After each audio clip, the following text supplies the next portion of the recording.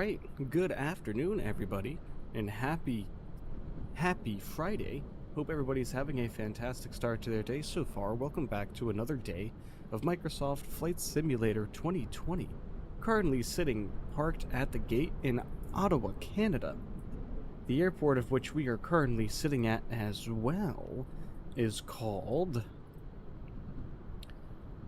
McDonald Cartier International Airport. You can see WestJet Boeing 737-800 sitting at the gate right now, getting ready to go. It's completely cold and dark. Nothing has been started up. Of course, you know, the first flight of every single day, we always go ahead and do cold and dark.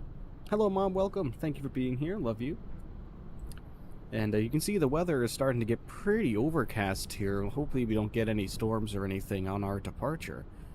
Hopefully, everything goes smoothly for us today. I'm not using the Honeycomb Bravo throttle quadrant like I have been. I've just been so irritated with how I have to have that mounted to my desk that I'm just kind of not using it for right now. I hope everybody understands. It's no big deal. I mean, I get all the same functionality out of this one than the other. I'm using the regular Boeing Thrustmaster throttle quadrant for now until I come up with a better solution on how to get the Honeycomb quadrant mounted to my desk here, because it's too irritating trying to get the big honeycomb to stick to the desk using that sticky pad method that it comes with. It just, I can never get it to stick right. It always falls off and it's just absolutely irritating. So we are not going to be using the Honeycomb Bravo today. Maybe I'll try to get a better method of how to mount it to the desk later on. The only thing that's upsetting about it is just the clamps that it comes with. You have two mounting options. You can either use the sticky pad on the bottom, which is what I've been using, or you can use the clamps that stick onto the bottom of the base. The clamps aren't thick enough to stick to this desk, and this desk is only this thick. Only about 1.5 inches, which is just absolutely insane. Or that's maybe about 2 inches. Yeah, probably about 2 inches. Oh well. Doesn't really matter at this point anyways. But welcome everybody, thank you so much for joining, really greatly appreciate you. Remember, before we get started, hit that like button for me. I don't mean to go ahead and throw that in there already, but as many likes as we possibly can on this video would be absolutely wonderful. Without further ado, let's go ahead and jump inside the flight deck here and get everything up and running, shall we? Alright, as mentioned, completely cold and dark. Nothing has been started with the exception of me coming through here and configuring the FMC for all the correct equipment, so we make sure that we are going to be loaded up correctly. Let's go ahead and get over to the overhead panel. Let's bring our battery switch on. Bring our standby power down over here. Bring our emergency exit lights on, get those armed, and let's arm ground power. Alright, wonderful. Ground power has been activated. You can hear more airflow coming through the cockpit there. Next thing we're going to want to do is come up top over here. Let's get our IRSs on so those can start aligning. Wonderful. Our navigation lights, or position lights rather, are set to steady, so everybody knows that we are under power. Lovely. Let's come down here to the FMC now. Let's get this going. We've got to enter our IRS position. We're just going to take our last position here and enter it in. There we go. Lovely. Let's come over here to our route now and let's get all of this information entered in. So, we are currently going CYOW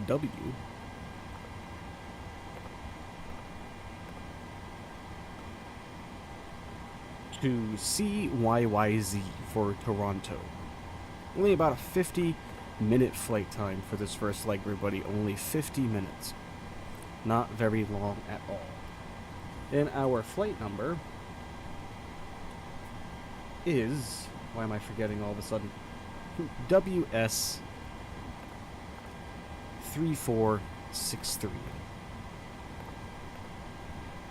There we go. Enter that in, and looks like we are leaving via runway 32. There we go, lovely. Bring this over. Actually, nope, we got to get our departure all set. It is a direct departure. So we're just going to come over here to our arrival. We're going in on 33 right. Looks like we are going in via the Imeba 7, or Imeba 7, which is right here. Via the Tuker transition. Lovely. Let's come over here to our route now. That's really all we need to enter in, because we're going direct to Tuker right after departure, so there we go. It's about all we need for that. Let's come over here to our legs and just make sure this is looking good. We have a vector there. We're just going to get rid of that. Lovely. Okay. Foot, hello my friend. He says, sorry Michael, I haven't been in the streams. You're streaming at 2 a.m. for me? No problem, Foot. Completely understand, my friend. Completely understand. I'm not expecting anybody to drift in here at 2 in the morning and watch a stream. We all need our rest. So let's step through our plan here and just make sure that it looks correct. Make sure there's nothing weird going on.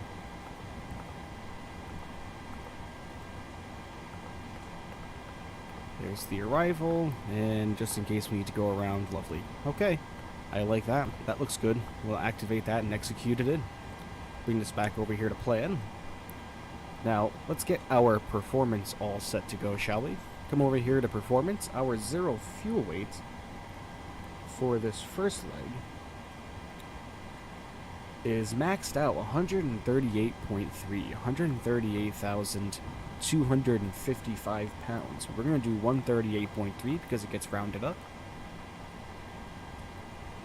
Lovely, looking good there. Let's get our reserve fuel, which is 2.4, 2,423. That gets rounded down.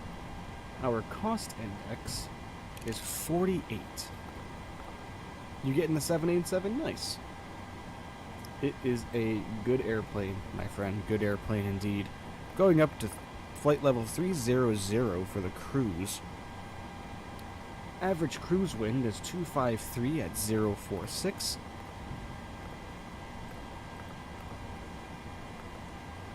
Awesome. Let's come over here to our N1 limit now. We're going to derate our takeoff. Do a regular climb. No need to push our engines too hard on departure. Over here to takeoff, flaps, of course, are going to go to 5 degrees as they normally would. Our center of gravity percentage, we need to grab that from our payload screen, which is going to be 25.6. Over here, 25.6, enter that in, gives us a trim value of 5.24, and let's get our V-speeds in. Lovely. Let's get our trim all set now. Like we said, we're looking for 5.24.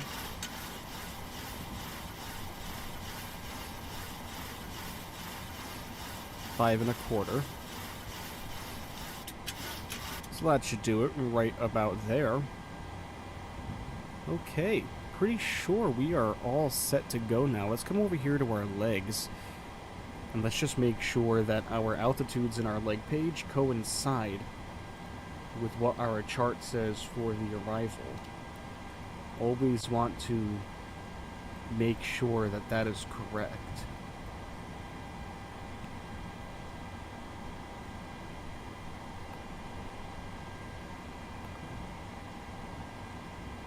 By Amoeba. Okay, looking good.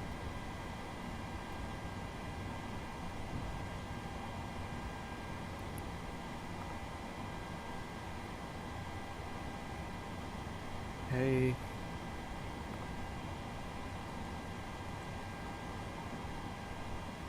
Right.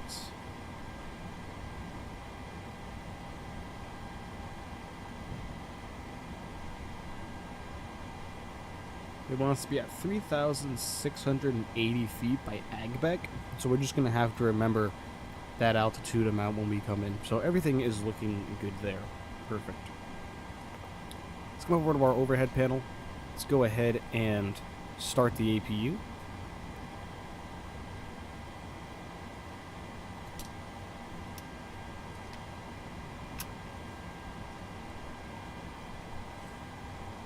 Just make sure the exhaust gas temperature needle's going to start moving here. Which it is. We got low oil pressure. Means the starter motor should be engaged. There it goes, lovely. While we're waiting for that, we'll get our signs on now as well. Let everybody know it is time to buckle in. Let's get our flight altitude of 300 entered in, and let's grab our... Bro, my game crashed when I got 100 call out after 3 hours and 30 minutes. Oh, no, screw that stinks, man. I'm sorry. Always sucks when that happens, man. I'm sure it has happened to all of us at this point when it comes to this simulator, unfortunately. Airport elevation 569, so we'll just bring it up to 550. Awesome, lovely. Okay, get our APU generator on now. There we go. Let's get our yaw damper on as well. We'll get our window heats on. Let's get our packs on. You gotta wait to arm the APU bleed until 1 minute after the APU is started. Let's come and get our cruising altitude entered in, 30,000 feet.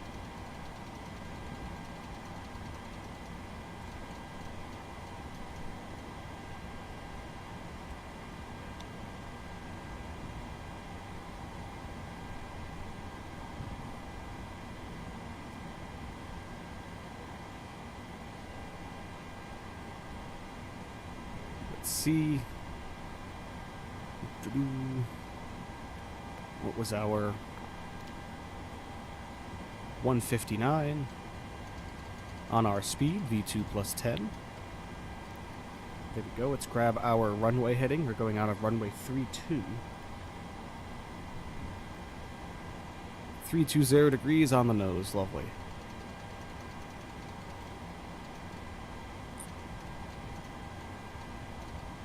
Awesome. Let's get our auto throttle armed, our flight director's armed now. Come down here, get our TCAS all set, bring that over to TARA. Alright. Awesome. Let's come down here. Let's go to our ground services menu. Let's disconnect our ground power unit. We no longer need that. Alright, that's all looking good. Let's also take a look at our doors. Make sure they're closed. They are. Awesome. Okay.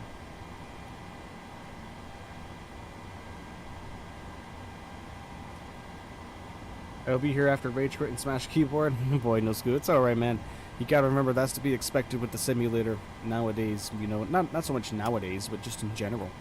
You know what I mean? Sometimes it just never really works out right the way it's supposed to. Alright, let's get our APU bleed on now. And we are pretty much ready to go here, ladies and gentlemen. Let's just find out what direction that we need to push.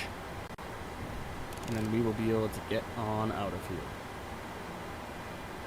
We're going to be pushing back out and to our left. Lovely. Let's ask GSX to prepare for departure.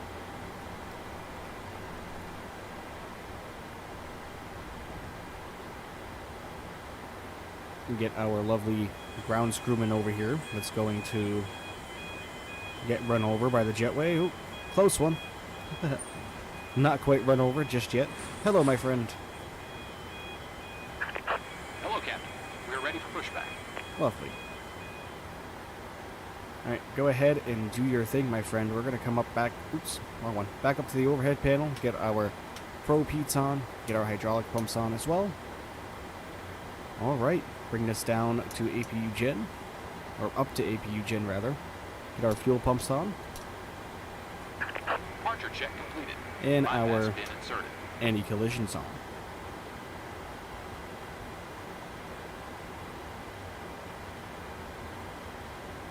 There goes the tow truck, or pushback tug rather. He's going to connect to the airplane, push us back. We will start engines and, of course, always do our normal start procedures of having to listen over the wing view.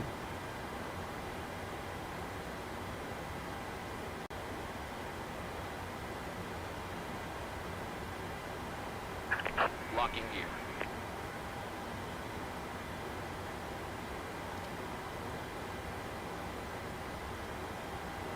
Ryan, hello, my friend. Come over here to ground services. We can remove our chocks as well. Please set parking brakes. Ooh, I didn't realize they weren't set. Oops. We want nose right, tail left. Release parking brakes. All right, everybody. We're going to go ahead and get our packs off now, and we are going to start engines. Releasing our parking brake. Commencing push. All engines clear. Start at will. All right. Engine number 2 going to ground. And 2 rising. And 1 rising as well. Have oil pressure rising. 25% N2. We will engage fuel flow and pop over the wing and have a listen.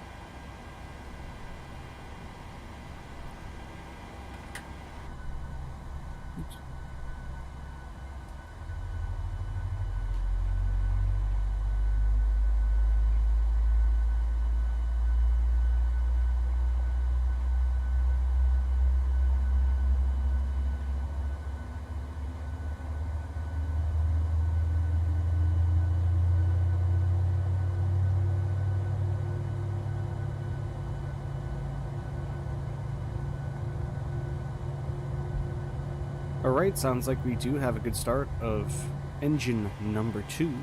We'll come up over here, get engine number 1 over to start, or ground rather. Come down here. We do have N2 percentage is rising. We have N1 as well. And looks like we have oil pressure starting to build also. Lovely. Same procedure, everyone. 25% N2, we will engage fuel flow and pop over to the wing. You have the 737 MAX and 777 now? Nice.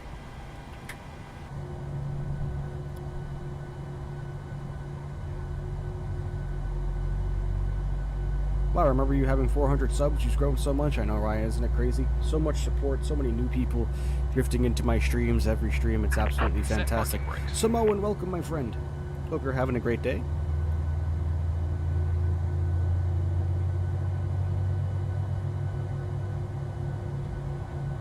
Alright, sounds like we do have a good start of engine number 1. We'll come down here and set our parking brakes like he wants us to. We'll come up top to get our engine generators on now. Get our packs back on. Isolation valve will come into auto. APU bleed will come off. APU comes off. Taxi lights come on. Okay, lovely. Looking good. Let's come back over here to our wing view. Let's test our flight controls here. Chief Sim Pilot, lunchtime check-in. Welcome, my friend. Thank you for checking out the stream today. Really, really greatly appreciate that, my friend. Alright, flaps to 5. Unlocking gear.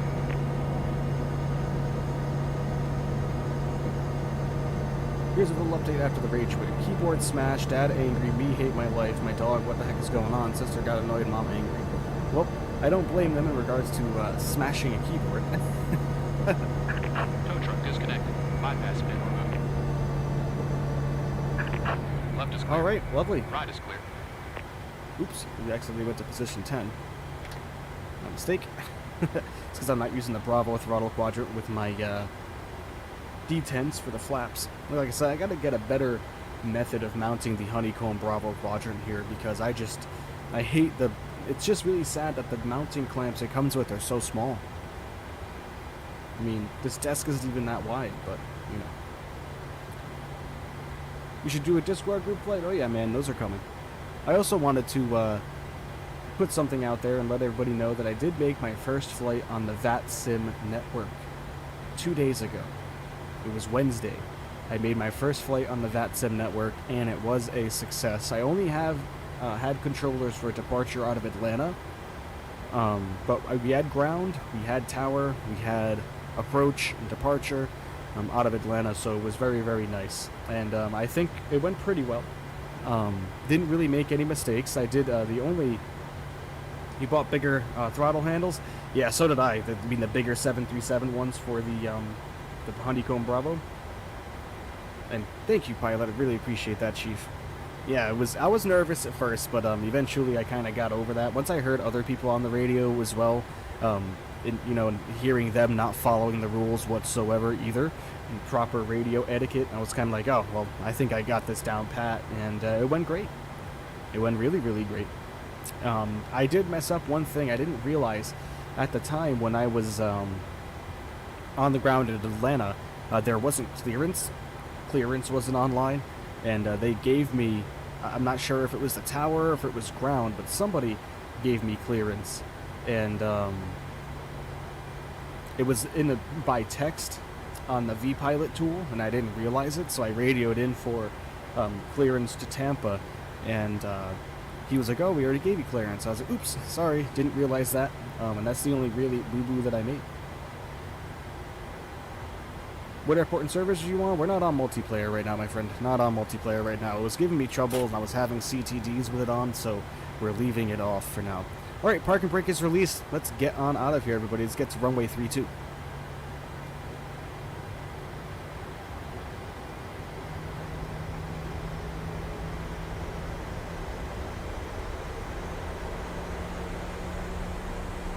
Yeah, I didn't realize that, Chief. The controller explained it to me. And I was like, oh, I thought I had to radio in for clearance. I didn't realize that there was like a pre-departure type deal via text. But yeah, after that, we departed perfectly fine. I taxied perfectly fine. At Atlanta, there was a lot of people, let me tell you, there was a lot of people that didn't know where they were going.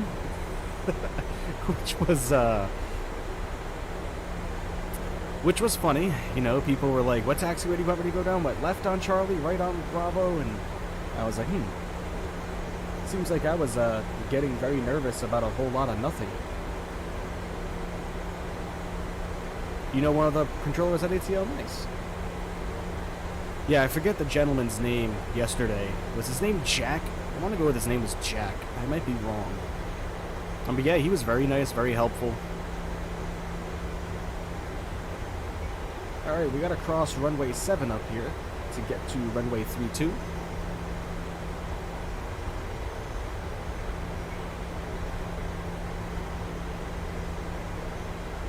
Farmer, hello, my friend. But yeah, I was very proud of myself, and you know, I still need the only thing I really need practice with now is arriving, handling arrivals and getting used to that. Just whenever I fly, there's never any like arrival airport that's ever online, and I did try to do, because originally Atlanta and Tampa were both online the other day when I was trying to fly, and when I left and then right after I departed Atlanta, Tampa went offline completely. They only had approach on, but of course it's the top-down method, so that gentleman would have handled everything, but unfortunately the Tampa guy got offline, so I wasn't able to practice arriving, but that's okay. That's okay. So hopefully within the next couple of weeks or so, everybody, we will start having VATSIM flights now, and we'll actually be able to talk on the radio.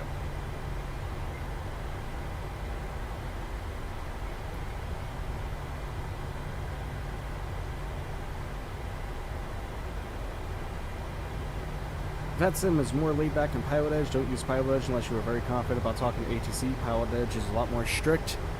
Yeah, no, I just plan on using VATSIM for now. Get my feet wet. Wet my beak a little bit, you know what I mean?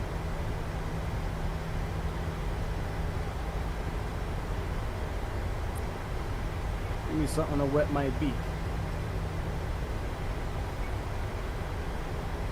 Oop. Pay attention here, stay straight. Remember, everybody, hit that like button for me if you don't mind. I would greatly appreciate that. Get this video up to as many likes as we possibly can today. Tomorrow, we are EasyJet, everybody, Airbus A320neo. Sunday, we are Ryanair 737-800. Monday, I was planning on giving the Concorde another try, because I think I found out what may have been causing our issues with Concorde, and that is because, of course, we have the flight model set to modern. Right now, Concorde doesn't seem to like modern for the flight model. It seems to like legacy, the old FSX settings, and I tried it out a little bit this morning, and I took off with no problems. So, how does it feel that the Just Flight 747 and A300 are coming to Microsoft Flight Simulator? Very excited about the 747. Very excited. I have about 10 hours on VATSIM, but played on VATSIM last time 2 months ago, and now I'm scared to go back on. Don't be scared, man. I was scared when I went to go on for the first time, and luckily the controllers that I came across were very, very nice. Like I said, I don't want to come across a rude controller that's going to be mad at me for making a simple mistake on the radio and chew me out for it. Alright everybody, you know us, we're going to turn and burn, so let's come up here. Get our landing lights on now. Runway turn-offs will come on. Strobes on. Okay everyone, we are good to go.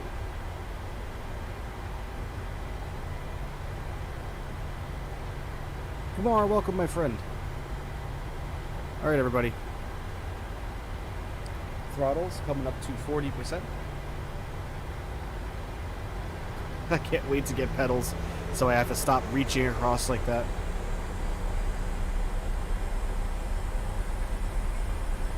Alright, we are stable, and let's hit Togo.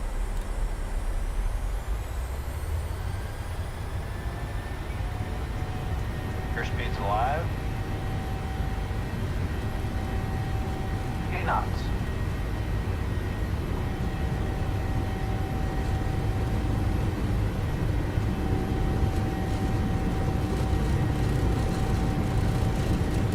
V1. Rotate V2. And up we go, everybody. Gear up.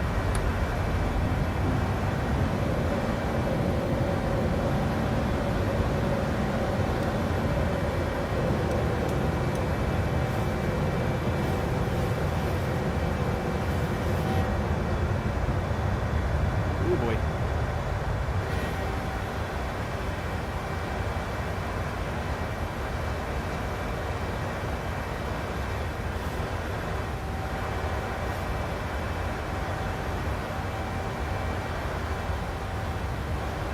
Nice one, thank you, no school.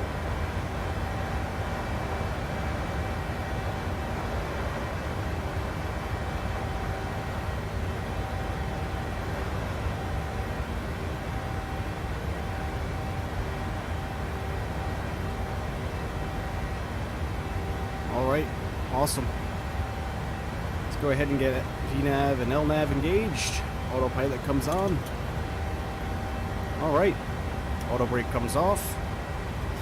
Lovely. Landing gear comes to off. Flaps come to 1.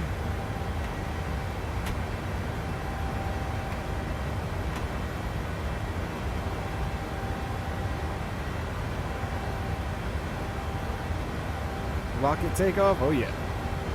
And flaps clean. Look all that, my friend.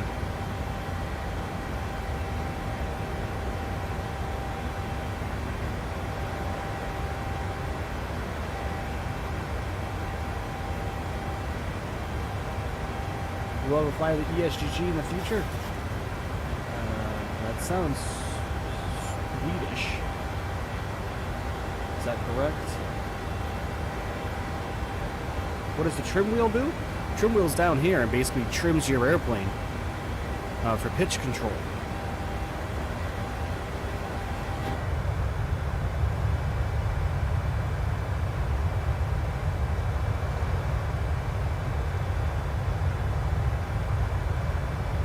Yeah, we can definitely give that more of a try. As you can see, obviously, we are going back to Europe this weekend. Doing Canada today. Back to Europe this weekend, so a lot of our flights next week will take place in Europe. So yeah, for sure we can do some Swedish flying. Like I said, possibly Monday I was thinking about doing the Concorde another shot, so we'll see. We will absolutely see. Alright. Let's just make sure we are looking good here, going above 8,000 feet. Speed's looking good. We are on course. Like I said, this is only about a 50-minute flight, so let's come down here. Let's just check. 234 nautical miles to go, 73 nautical miles until the top of our climb. Climbing at 3,350 feet per minute, so we are absolutely rocketing right now to top of our cruise.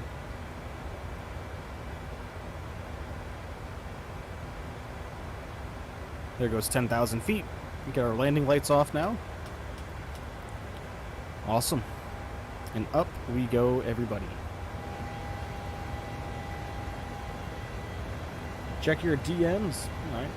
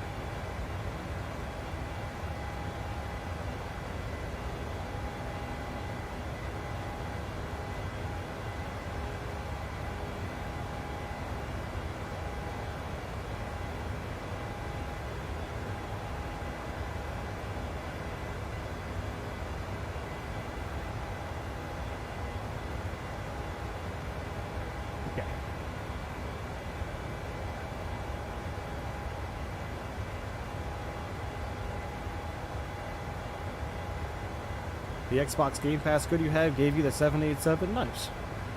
Should you do a Norwegian 737 tomorrow or Ryanair? Go Norwegian. Go Norwegian.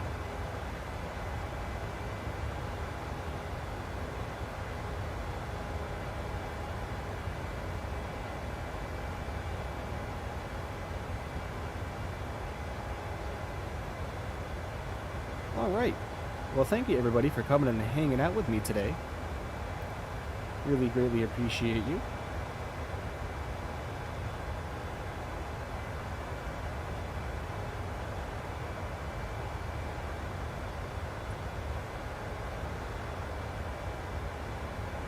If you're new here and you are enjoying the channel, please consider becoming a subscriber. We're currently sitting at 619, everybody. 619. Absolutely fantastic. Absolutely fantastic. Thank you so much, everybody, for all of your continued support. You have no idea how much it means to me, really. Absolutely crazy. We're chasing 750, everybody. 750 is the next big milestone that we are looking for.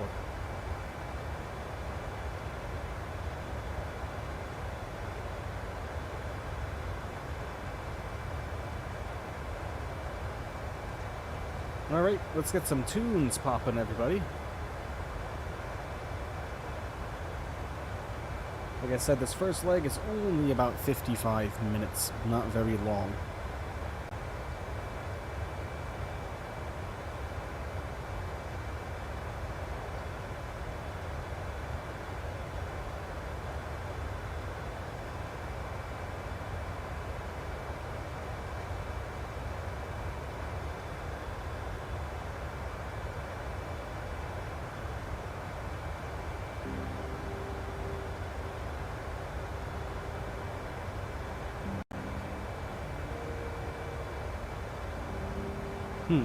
Our graphics are looking subpar. Our ground. We turn terrain level of detail up. I had it turned down the other day. There we go. There we go. Now it's loading out a little bit more crisp.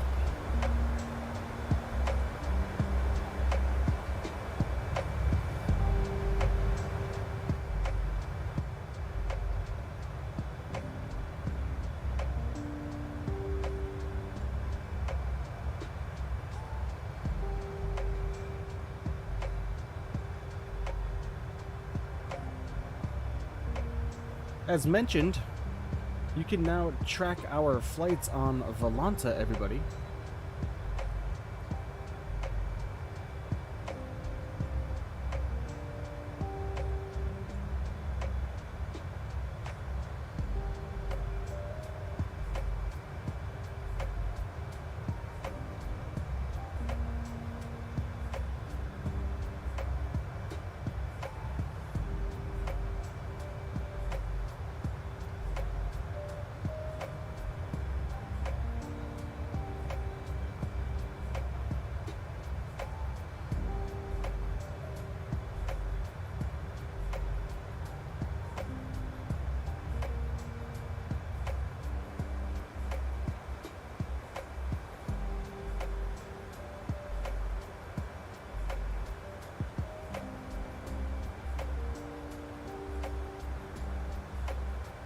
looking stunning. Climbing above 20,000 feet.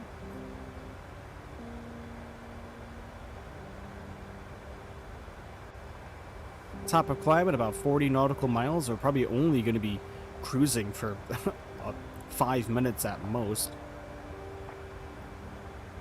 23 minutes to go until we arrive in Toronto.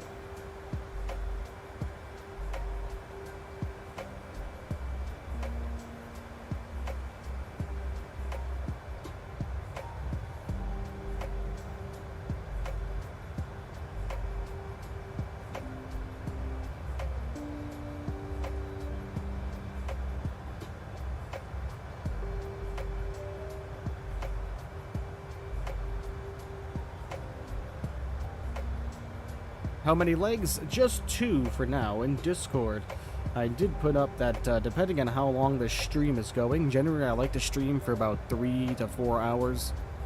Depending on how long the stream goes, we may throw up another leg.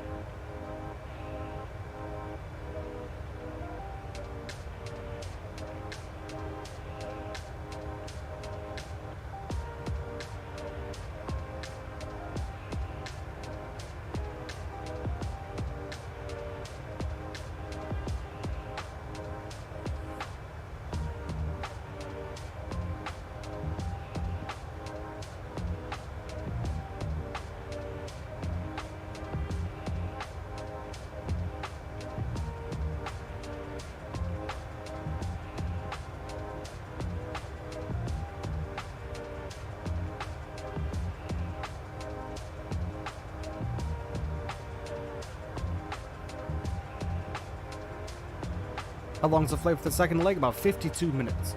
About the same as this one.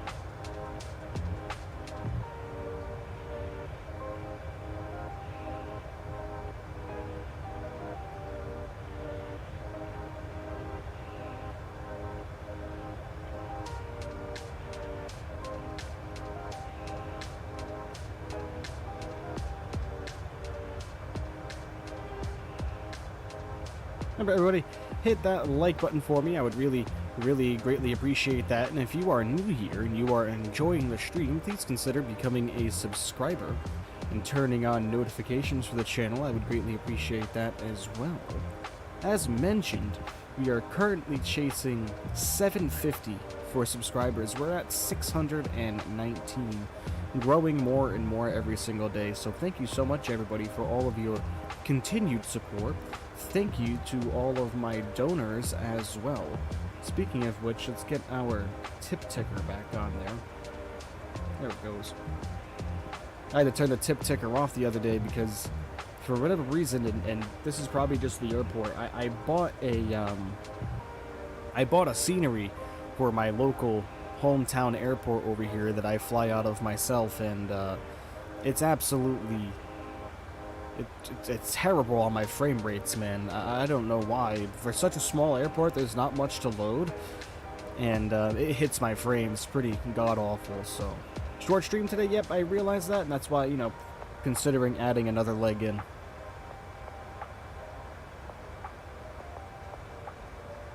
We'll see how the stream goes, and if I find it necessary to add one more leg in, we certainly will.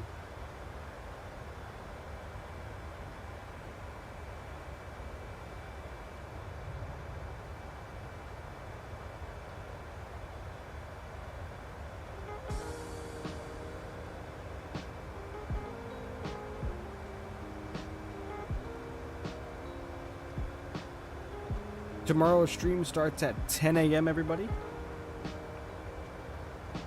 10 a.m. I am getting my hair cut before the stream, so...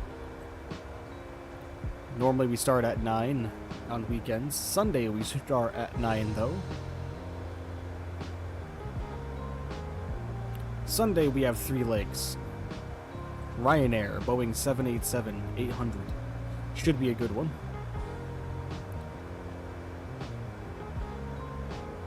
I think we have 3 legs tomorrow, too. Adam, hello, buddy. Welcome. Let's take a look outside.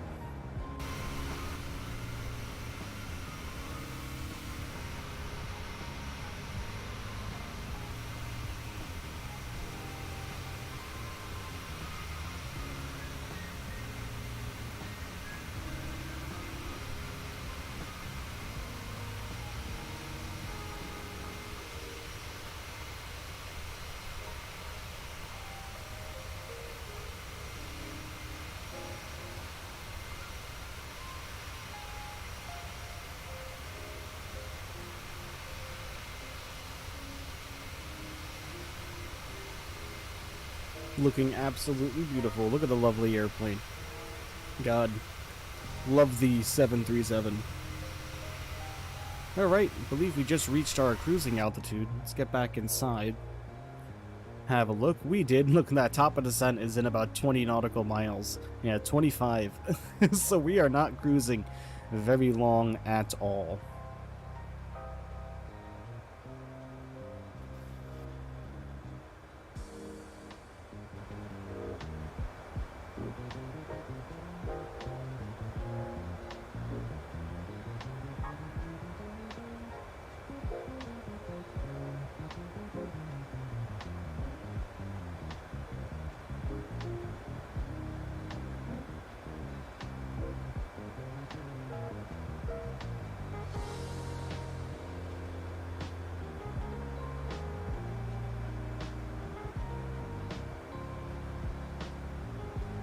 But yeah, does anybody know if the Just Flight 747 coming to Microsoft Flight Simulator, is it going to be the classic still, the 100? I think that's what they were going to do, right? The 747-100? Is that the one I'm thinking of? And if so, is that the one that's coming to Microsoft Flight Simulator? Because if it's the 100, I will scream like a schoolgirl. Because I love the old-fashioned airliners. Classic airliners are my absolute favorite. So if it is the 100, I will be ecstatic.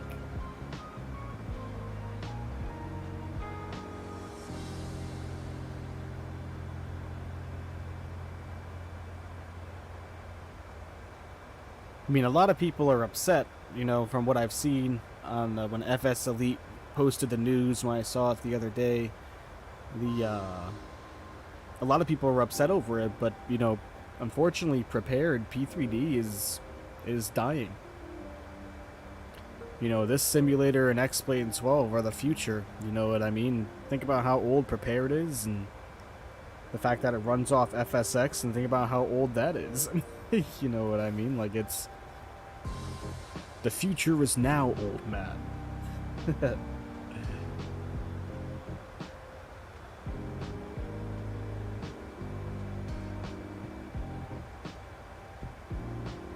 The classic, awesome. Oh yeah, we will be acquiring that for sure when it releases.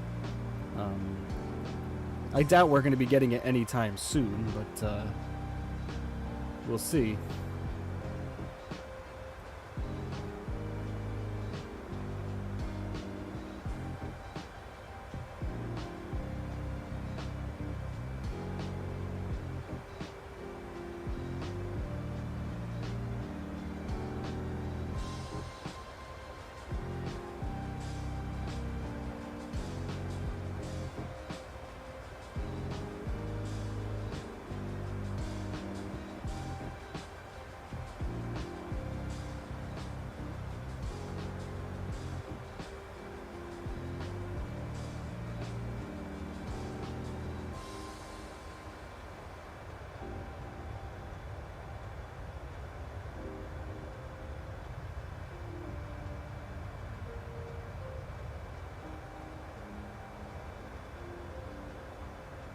Yeah, the 747-100 would be an absolute joy. I just wonder how they're actually going to integrate the old-style INS navigation that the 100 used into the simulator, or is it going to have an FMC?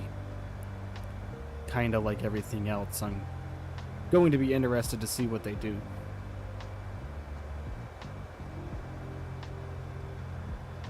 Alright, there's top of descent, everyone. Down we go. You can hear our engines slowing down.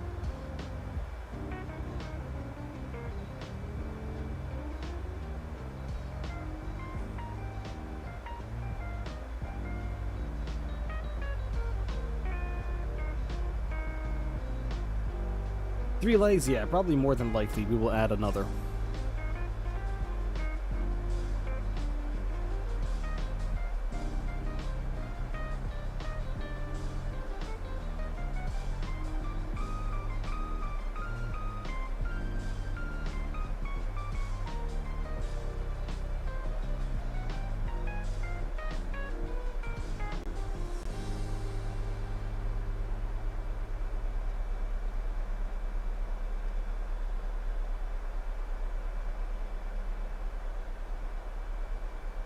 Let's see what WestJet flights we have out of Montreal today that we can continue on. That's not too long, remember, we can't be going too long. Back to Toronto.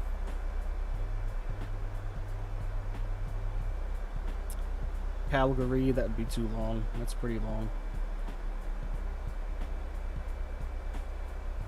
Toronto. Looks like Toronto is probably gonna be where we're gonna go back to. Yeah, Toronto. Definitely. I don't see anything else on here other than Calgary and Toronto for WestJet out of Montreal. So, looks like we are going back to Toronto from Montreal once we arrive.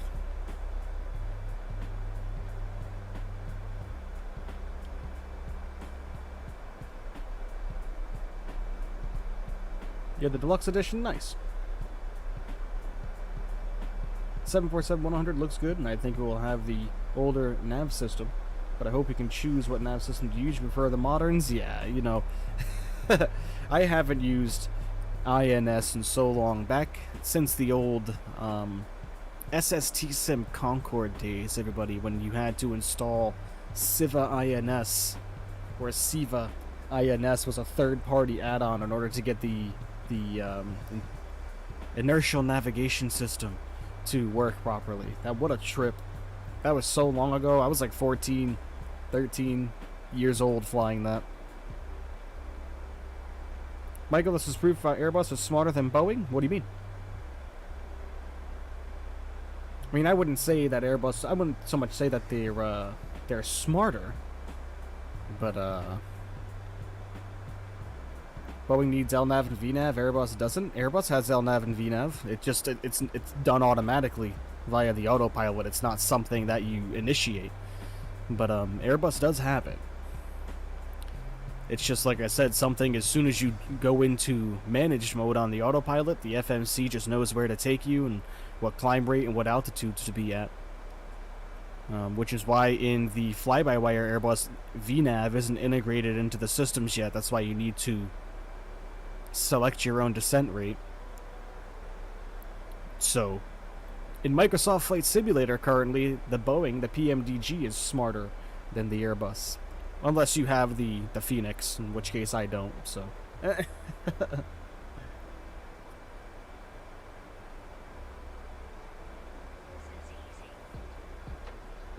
this is going to be the last tune, everybody.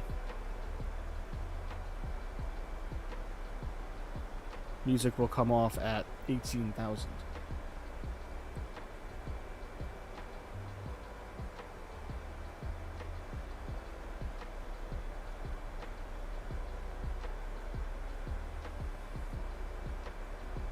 Toronto's looking quite busy on Volanta right now. We have plenty of airplanes making their way in. Looks like we have a CRJ 700 going in right now. We have a A319 making its way in. We have an A320 Neo that just made its way in from Atlanta. Very cool.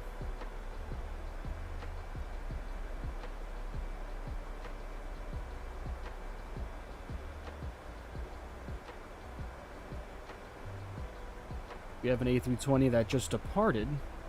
A 787 that just departed. Very nice. I like Volanta. I can't believe I slept on it for so long. Use VATSIM today? No, not today, Foot. Not today, my man. I'm not ready when it comes to arriving to where we want to go. And just in general, I am a little bit shaky with it, and it requires me to do a lot of listening at the moment. So once I get more and more used to it on my own, we will definitely bring it to stream, like I said, in probably a couple weeks. In a couple weeks. I've only done one flight on the network, so I want to get a few more under my belt. Few more under my belt.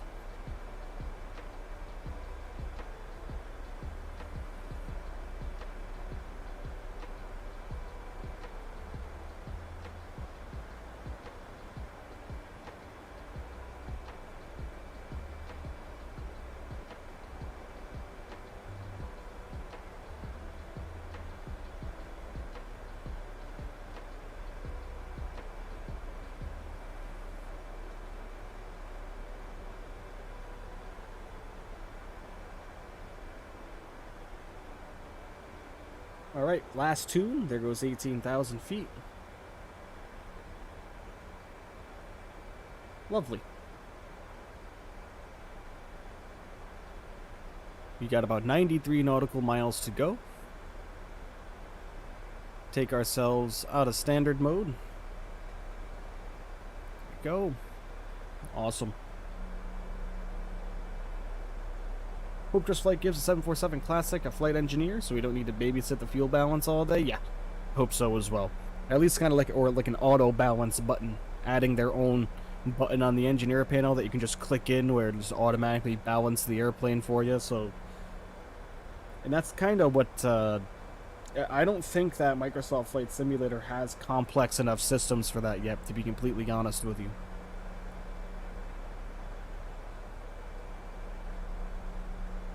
Not that I think that DC Designs would have done that with the Concorde, but if you know how to fly the Boeing 777, you should know how to fly the 74. I mean, yeah, I suppose.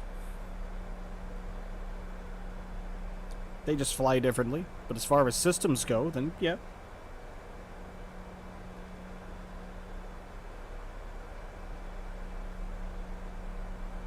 As far as I've read online, both the 777 and 74 fly wonderfully. Fly like pillows going across the sky. Especially the 74. I've read a lot about how the 74 is just very smooth in real life.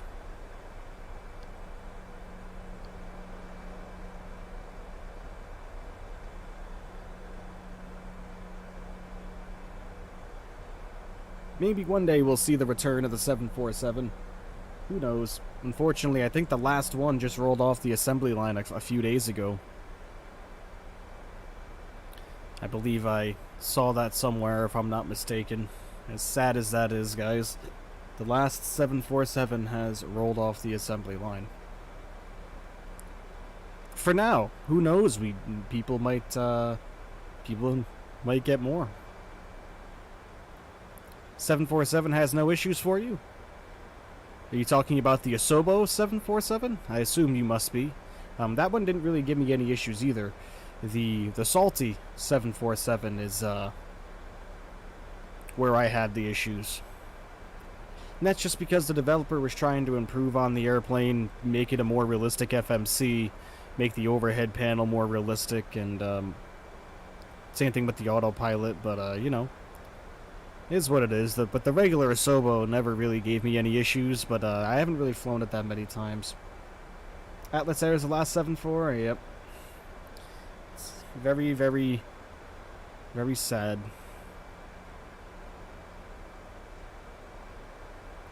But the 747 is going to live on for a very long time. There are still many cargo airlines across the globe using them, so remember everybody, just because the last one's rolling off the assembly line doesn't mean that we're not going to see them for the next 40 years. You should have pretty good confidence that we're going to be seeing 747s for a very long time.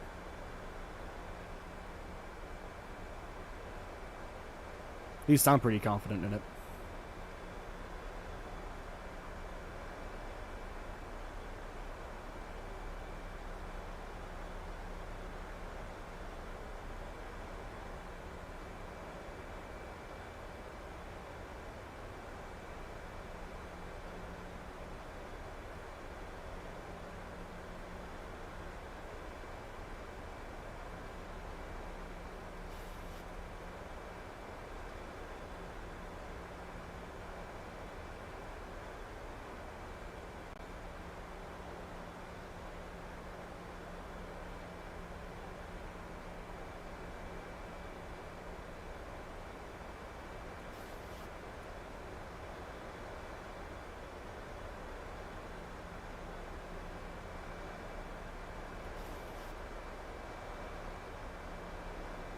All the talk of a 747, maybe you want to do a 7400 flight tonight, next plane 11? So I know what my night flight will be now. Nice, farmer, nice.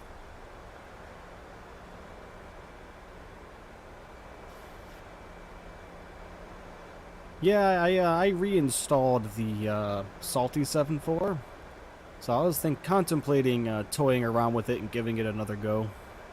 We'll see, though. We'll see. You know, I've said that about a couple of different airplanes. I said that about the 777 with the Salty mod, and the last time we used it, it went pretty well. So, who knows? Maybe the Salty will give us just as much luck. I'm hoping for the same luck with the Concorde, man. I really want to throw the Concorde up on stream and do an entire flight with it, but unfortunately, you guys have seen how that's gone in the past. Not too well.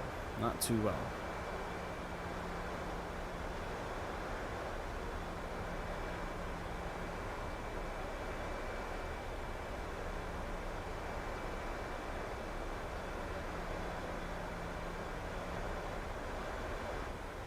Ooh, a little bumpy up here, huh? A little bit bumpy.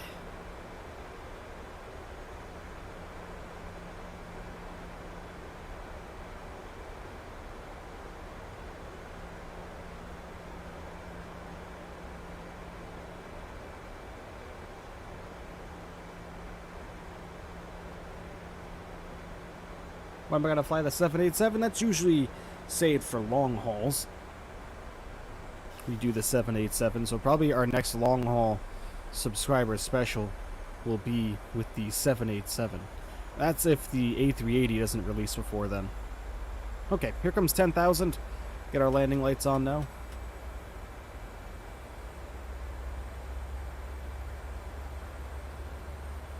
Geek, hello, welcome.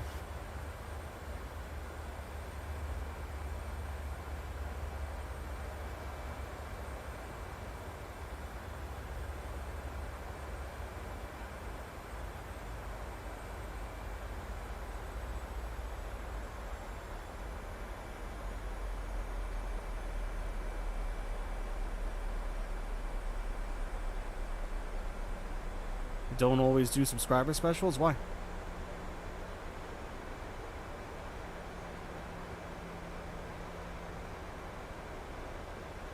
I've done long hauls that weren't subscriber specials. Well, longer flights that weren't subscriber specials. But the long ones, 7 hours plus, yeah, that's a subscriber special thing.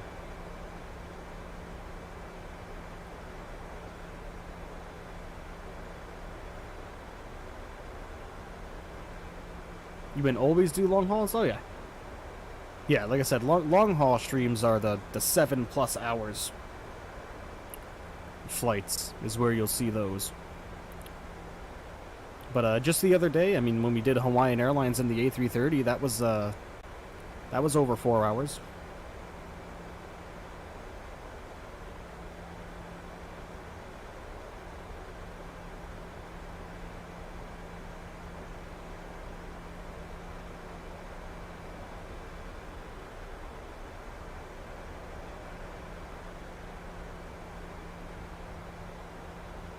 Ollie, hello, welcome. In meeting right now, alright. Hopefully it goes well for you. The airplane is flying wonderfully today, which I am thrilled about.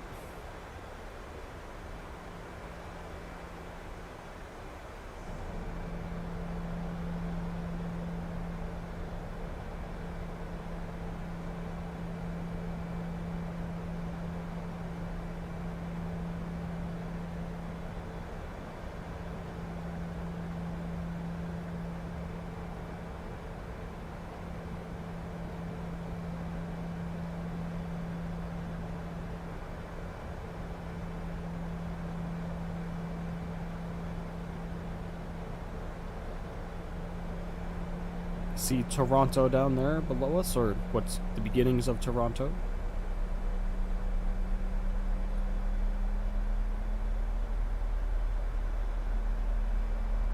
Just passed through 8,000 feet. We'll be making a nice left-hand turn here shortly. What airport is that down there below us?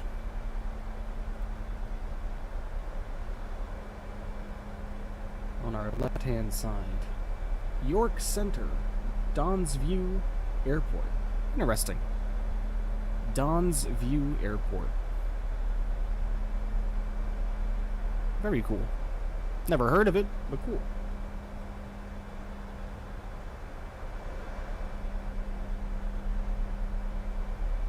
You upload a landing, can I rate it? After this flight, my friend. Flying like a WestJet professional here. Rhino, hello.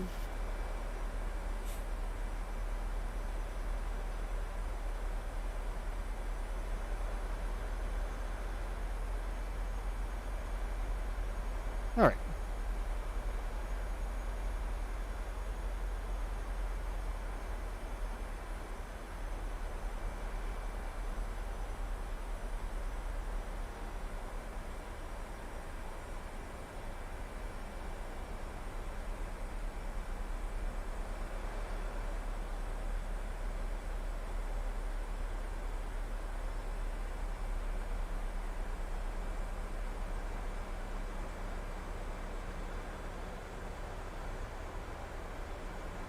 Gowan, hello, welcome.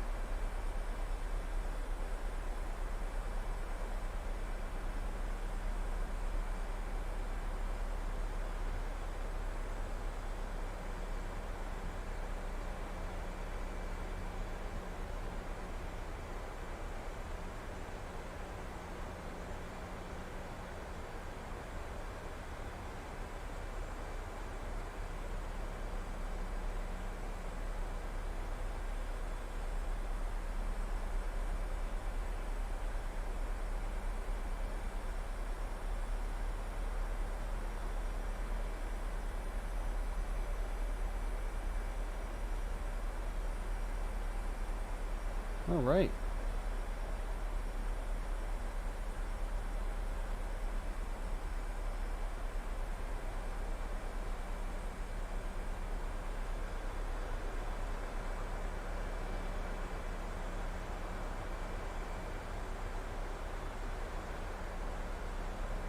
I'm doing well, doing well.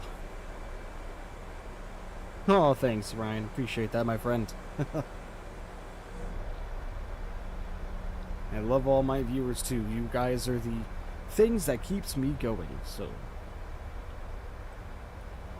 really appreciate the kind words.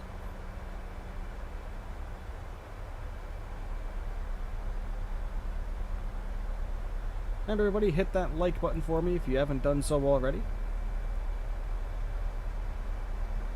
Up to 621 subscribers now. Thank you so much for the new arrivals. Appreciate all of you.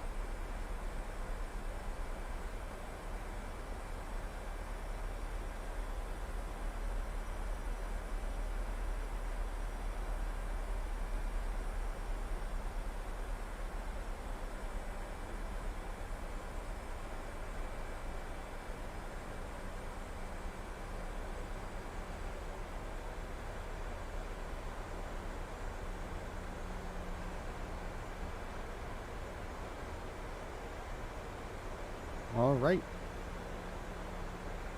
Go ahead and get our information all plugged in here.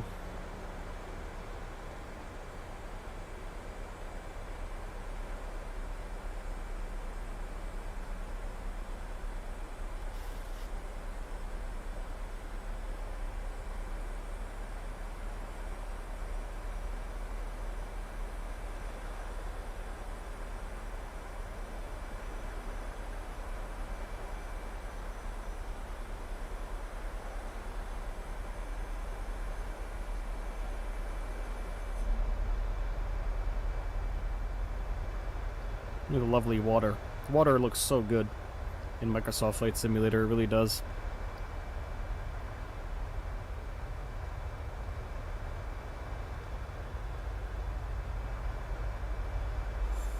The water always looks so good. Alright, there's our altitude horn, 1,000 to go.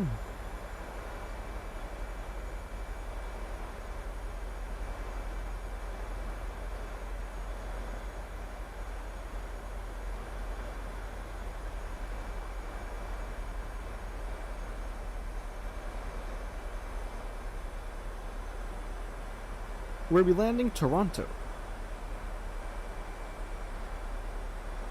Toronto, and then we're going Toronto to Montreal, and then Montreal back to Toronto.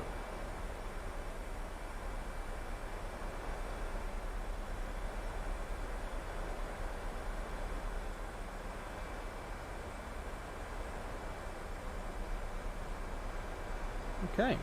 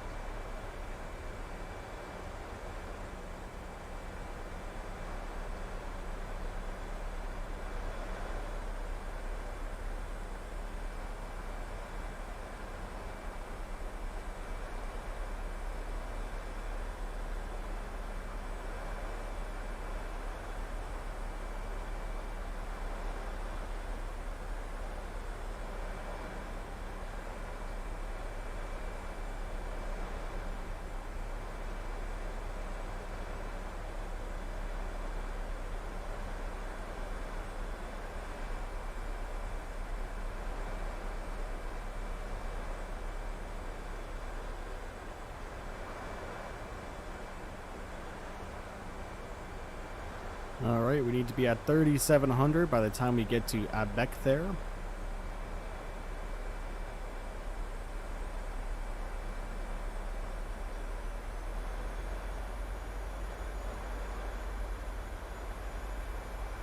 Let's keep her going down.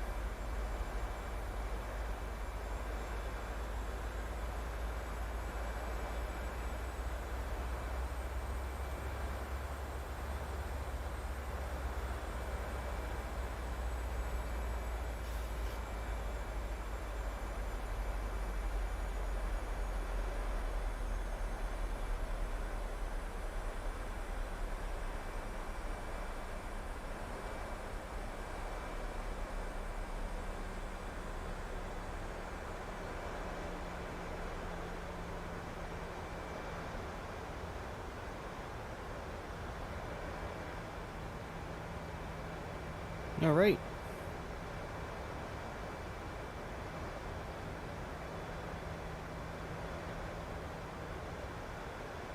There's our runway out there. I can see it. She is in sight.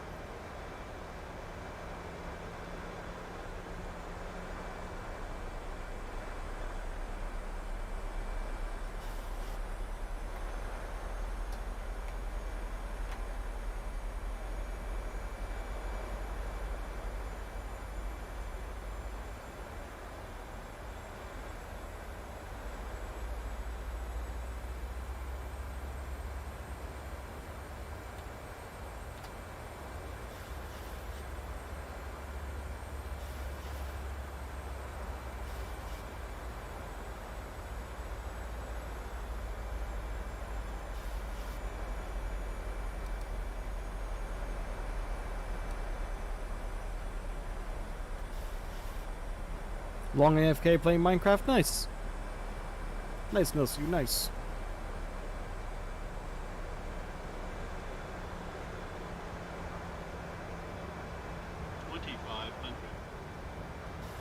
Wow.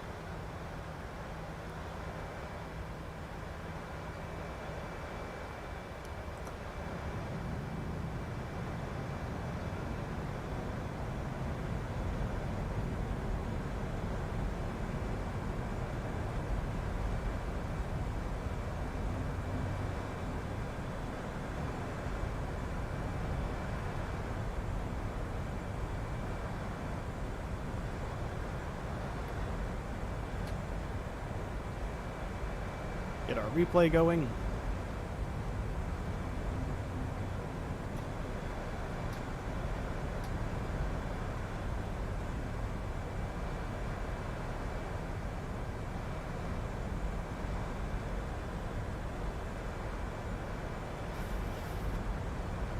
Hey everybody, here we go.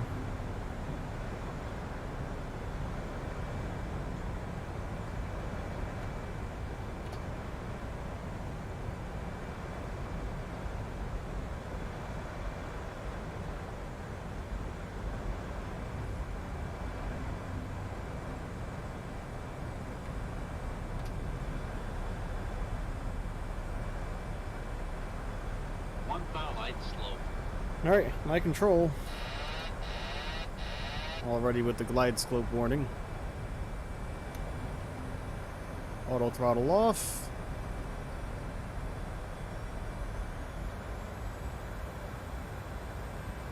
Come on, let's get to VREF speed.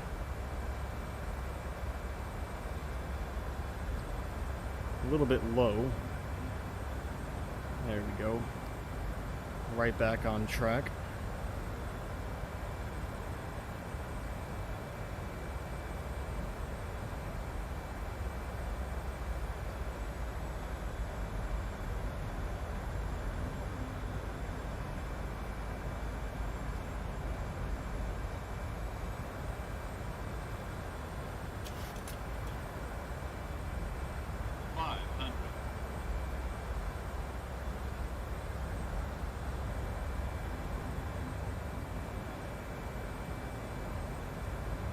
$400.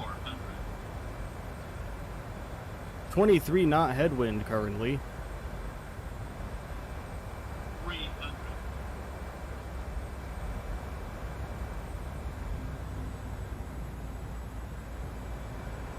200.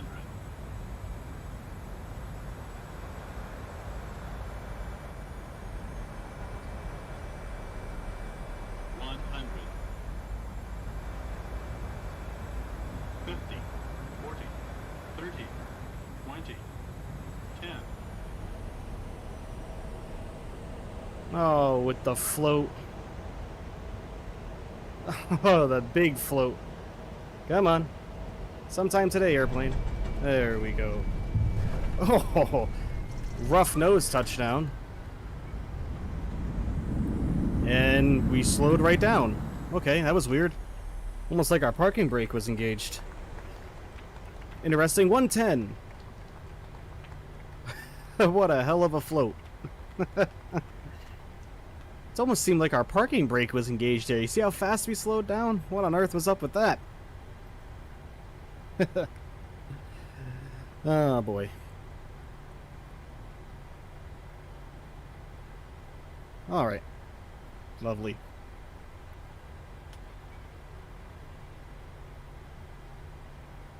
Slow her down now.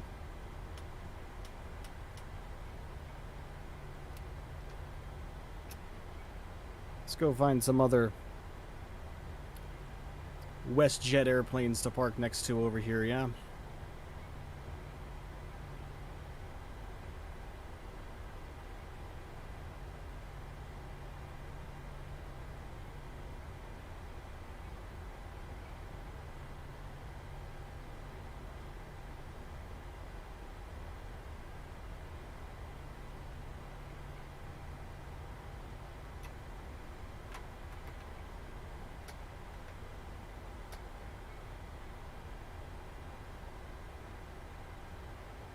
Nitro, hello.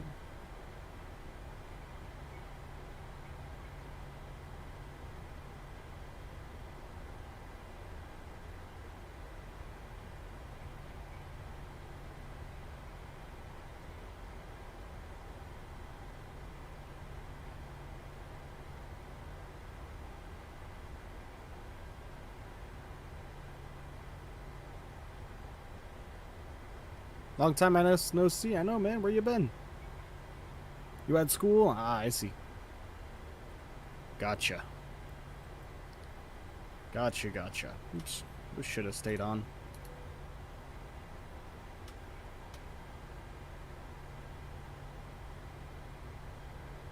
Alright.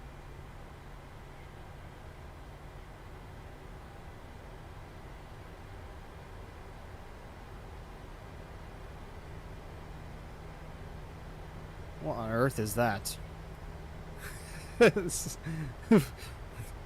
Interesting. Didn't realize there was a moat in the middle of Toronto, but okay. You know how you said to rate my landing, I dare try to make me jealous with a 777 on Discord?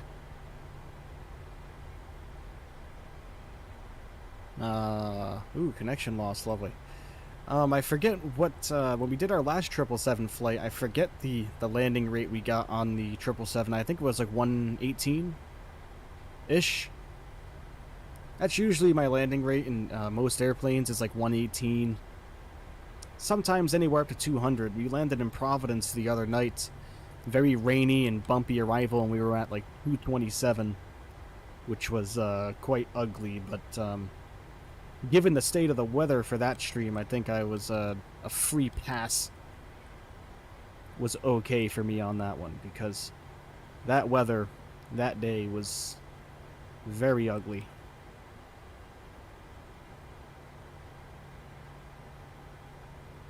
But alright, let's go ahead and take this gate right here. Can you be my flight instructor? What do you mean?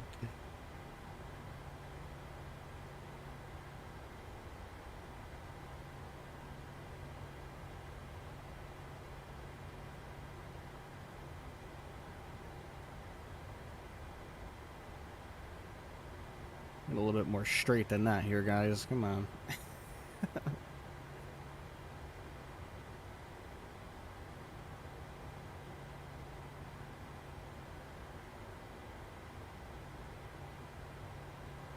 On Flight Radar, Dubai Newcastle, Dubai plane is due very soon. Nice.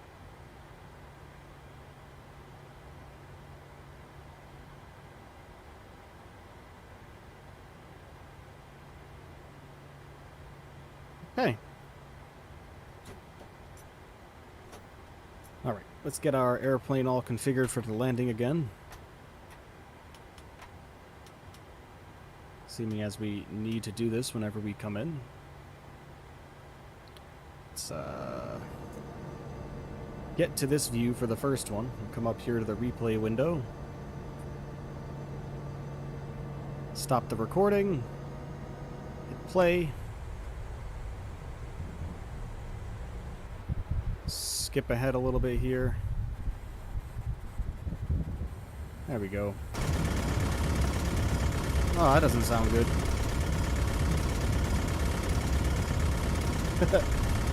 Sounds like FSRealistic is, good God. The stick shaker. And our flaps didn't deploy all the way. It's because we're using the Microsoft Flight Simulator replay tool that still doesn't support any flight surface control movements, because, you know, that would make too much sense, right?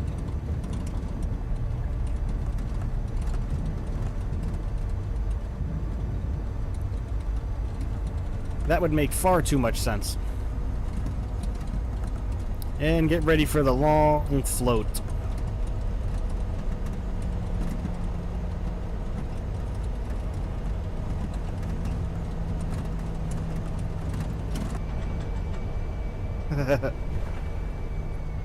Oh gosh.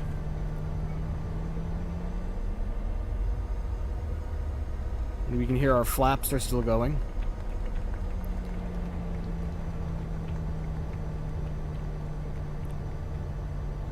That's why I don't use the Microsoft Flight Simulator retool, everybody, because it's a piece of garbage.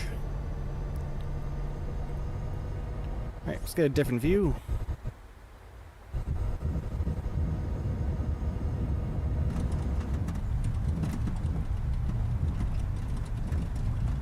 Oops.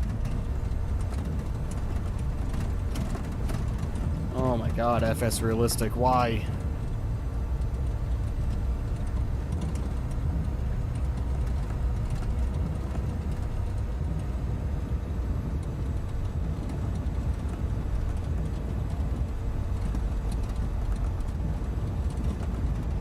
Why are you using it? Because I figured I'd give it a try, seeming as they actually made it available.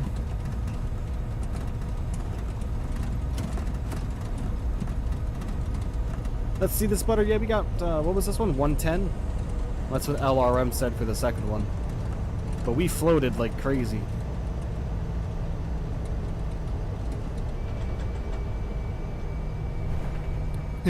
Yeah. Landing, sir. 110. You think this landing was rough, Ryan? Dear God. I mean, it was rough after the fact that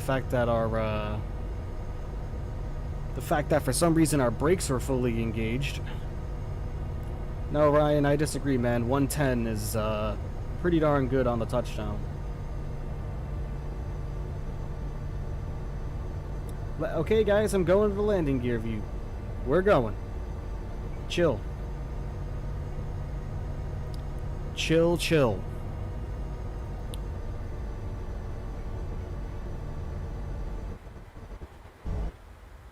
Yeah, it almost seemed like... Oh my god, look at all the air traffic up there. What the hell? It almost seems like our parking brake was engaged or something. But we stopped right away on the dime.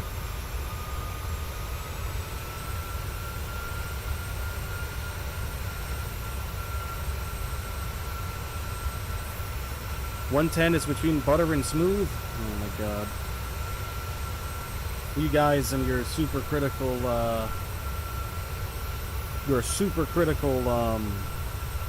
judgments of a smooth landing.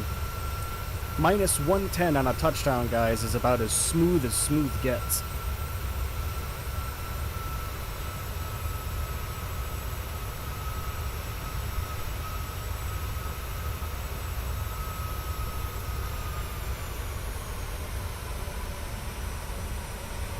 I just don't know why we floated for so long.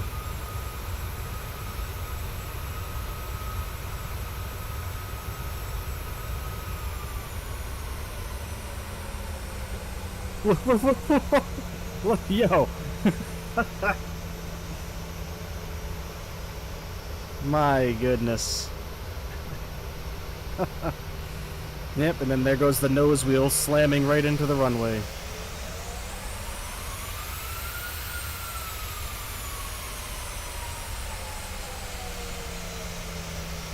Yeah, that was weird. I don't understand why why we slowed down so quickly. I didn't even get a chance for the thrust reversers to activate.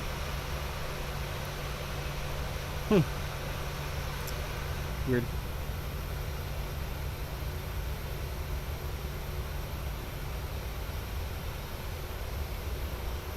But put the emergency brake on? No, I don't think so. But landing gear view, I mean, is the landing gear view really much different than what we just did? I don't have a landing gear view readily available. But I'll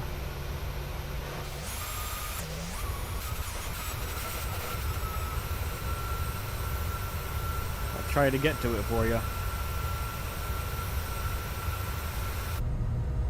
Where is it?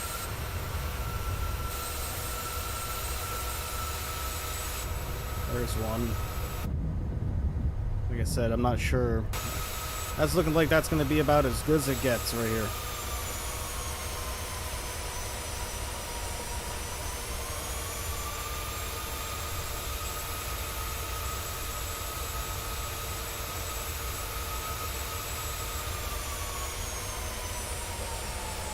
Dude, how did we not touch down? Do you see how close we got?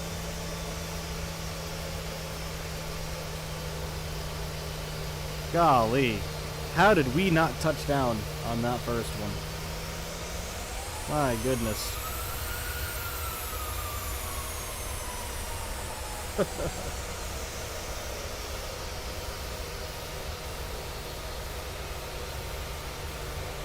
All right.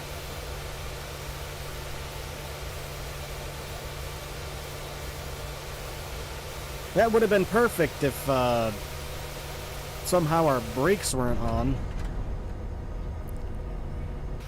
Like that. But, is what it is, folks. Is what it is. Okay. Stop that here. Let's get to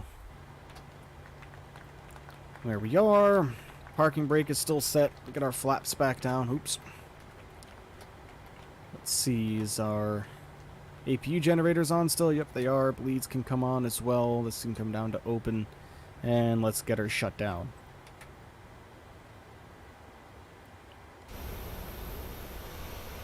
And look at that, all of our jet... This is another thing that Microsoft Flight Simulator Replay does for me. Is all of our jetways go half disappeared whenever we use it. So, yeah, I'm gonna stick with SkyDolly, guys, because we don't have these issues with SkyDolly. It's kind of sad that Asobo and Microsoft Flight Simulator can't figure their own replay tool out to where it doesn't bug the shit out of the sim, but, you know, whatever. I'm just the consumer, what do I know? But alright, guys, I'm gonna go ahead and throw the Be Right Back sign up very quickly while we get everything all reset for us for our second leg heading over to Montreal. So give me about 5 minutes, everybody. Bear with me just a moment while we get everything reset here, and I'll be right back. Alright, everybody, give me 5.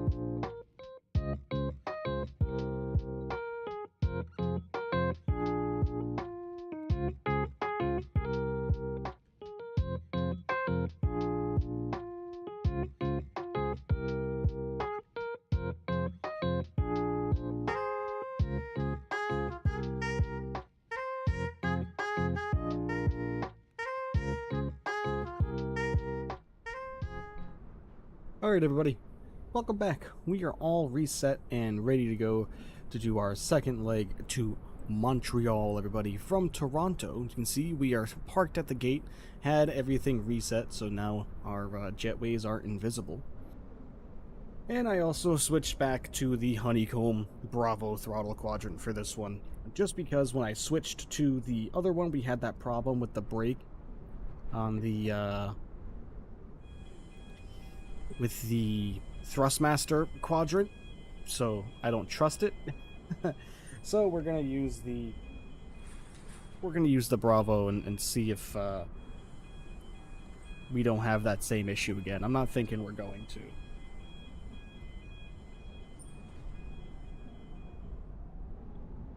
Didn't have that issue while using the Bravo, so I'm thinking maybe it was something to do. I like planes. Hello, my friend. It's been a while.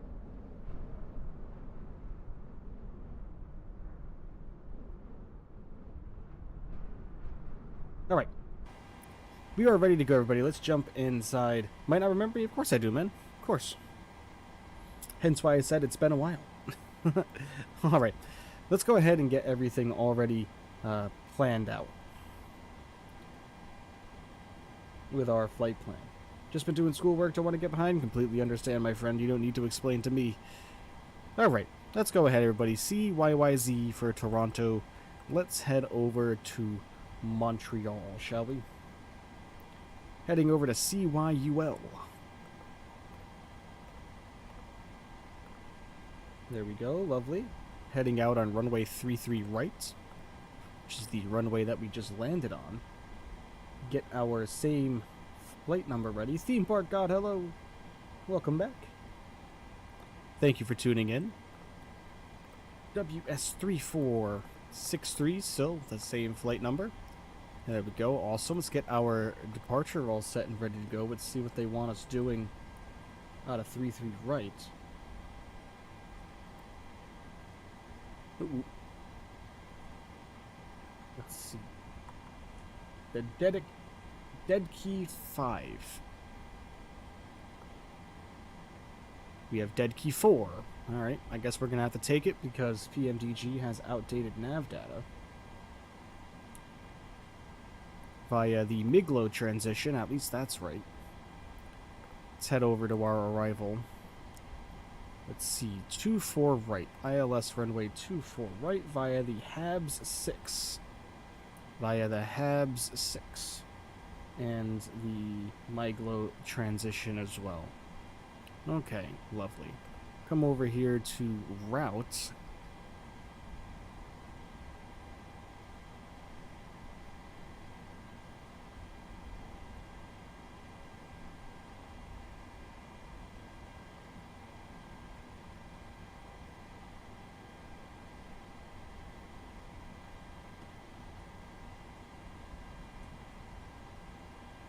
Alright, let's come over here to our route now.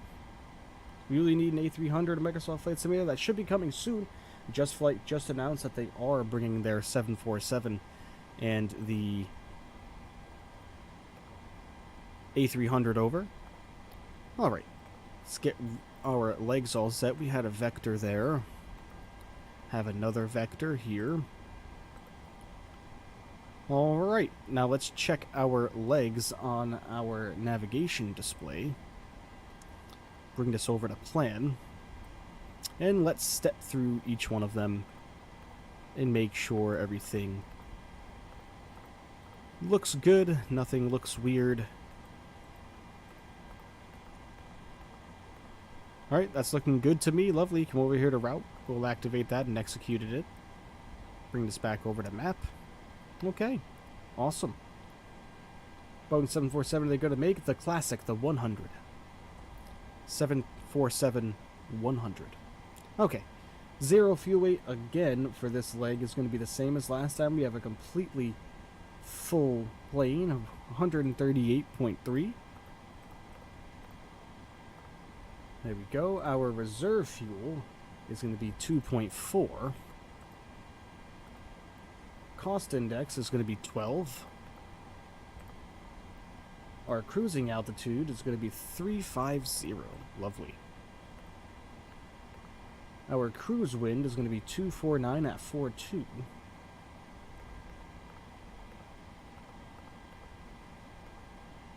Excellent. Excuse me. Come over here to our N1 limit. Set ourselves to 20 degrees. We're derated again by 2. And we'll do a regular climb as well. That's pretty interesting. I mean, they are pretty rare, exactly. And that's kind of why I'm interested in it, because I love the classic airliners. They are my favorite. I mean, I love the modern airliners too, obviously. 25.5 on the CG. I obviously love the modern airliners, don't get me wrong. But, yeah, I love the classics. 727, 747, 100. Those are just absolutely phenomenal airplanes, so I am more than happy to have them for sure. Alright. So, my phone just rang, everybody, and I'm expecting a couple of important phone calls this week. So now that we have that all done, let's head outside here, take a look at the airplane from this angle, and we are going to get our boarding started with GSX. I will be right back, like I said. I just need to Boarding requested. Take a look at my phone. Like I said, I have a couple of important phone calls I'm expecting this week, so I will be right back. I'm going to throw a message up on screen. If anybody comes in and asks where I am, just let them know that I am checking my phone for an important phone call. So I will be right back, everybody. Bear with me just a few moments.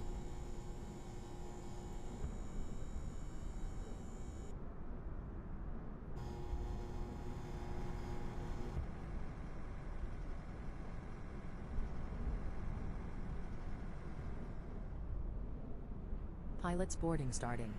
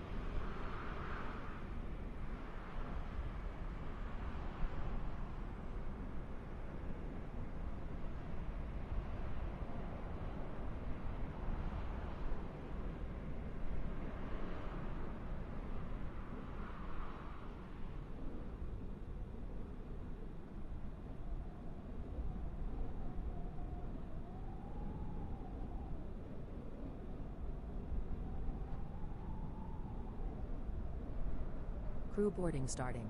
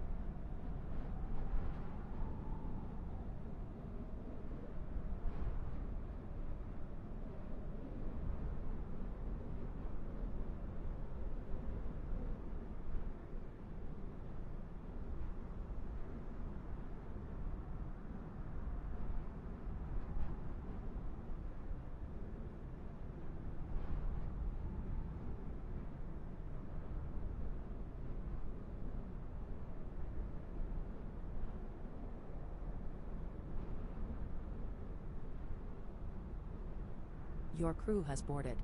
Passengers boarding starting.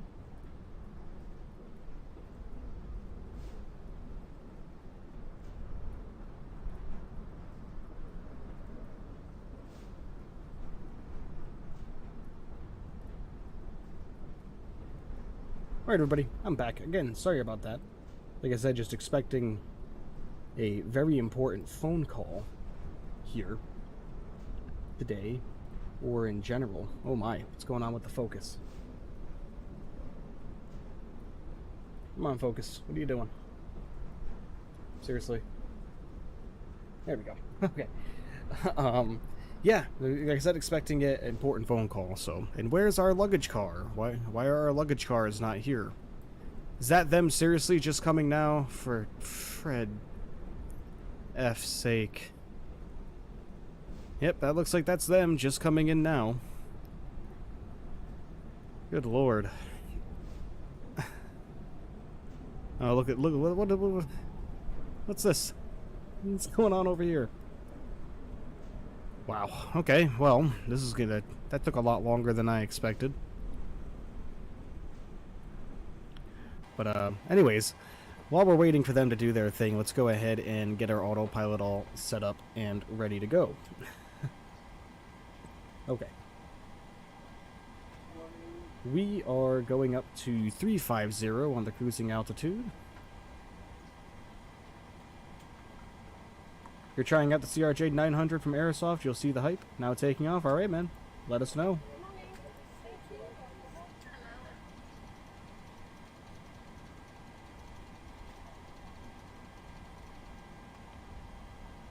.350. We want V2 plus 10, which is 159.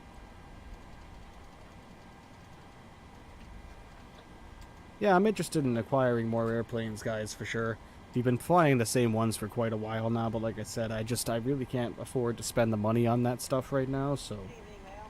What throttle do you use? This is the Honeycomb Bravo throttle quadrant right here on my right-hand side, with the 737 expansion pack that you can buy off Etsy with a flap lever. Like, you can see it right here. The flap lever actually lifts up and down and has notches. So it looks just like down here.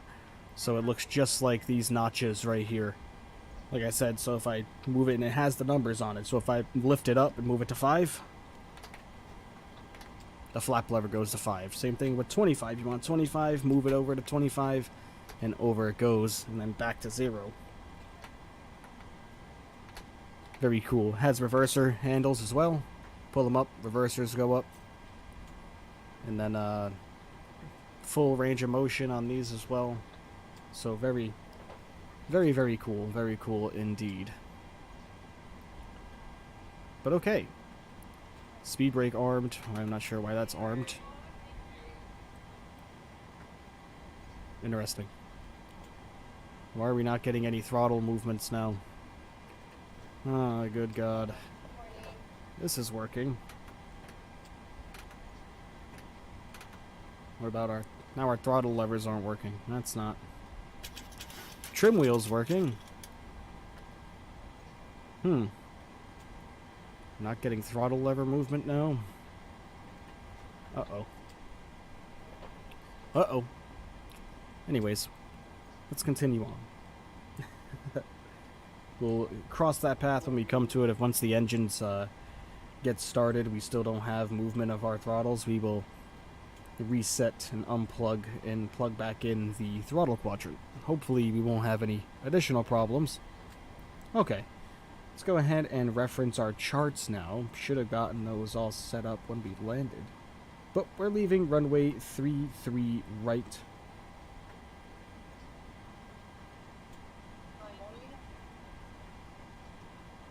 Which has a runway heading of 327 degrees. Come over here, get this set to 327. You already hate it? God, how come? There we go. Get our auto throttles armed now. Flight director's armed. Auto brakes to RTO. Okay. This is all set. Let's come up to the overhead. Let's get our APU fired up.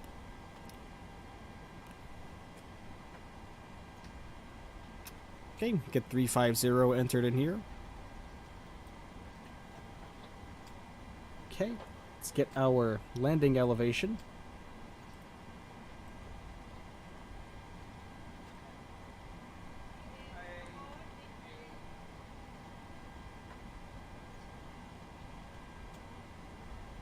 which is 118. So we'll just set this to 100. Make sure it's on auto, which it is. Lovely. Let's get a look outside. Let's see how far along they are loading the baggage.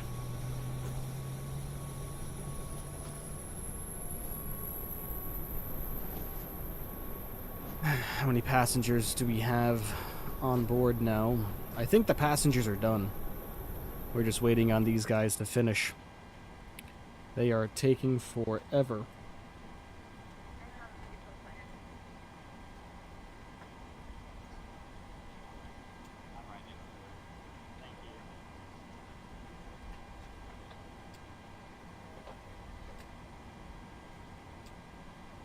They are indeed taking forever. It's come here with our GSX settings. And let's adjust the audio because I'm not really able to hear anything outside. There we go. Alright, so he's just finished with his last cart there, so he's going to pull away. He's just finishing here. And then we should be ready to go.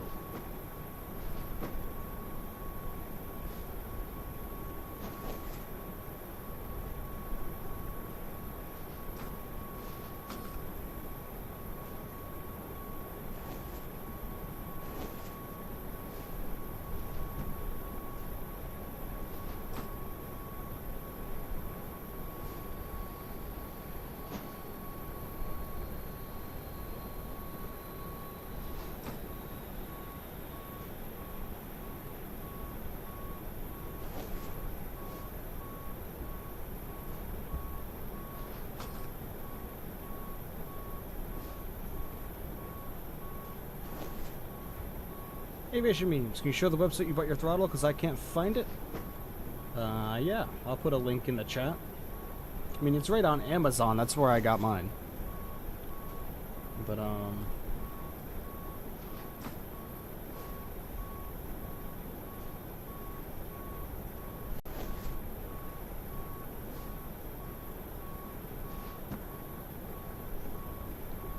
the Honeycomb Aeronautical Yoke. Where do we put it?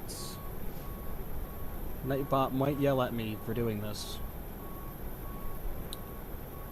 Because we're not supposed to put links in the chat, but we'll see if I can override that.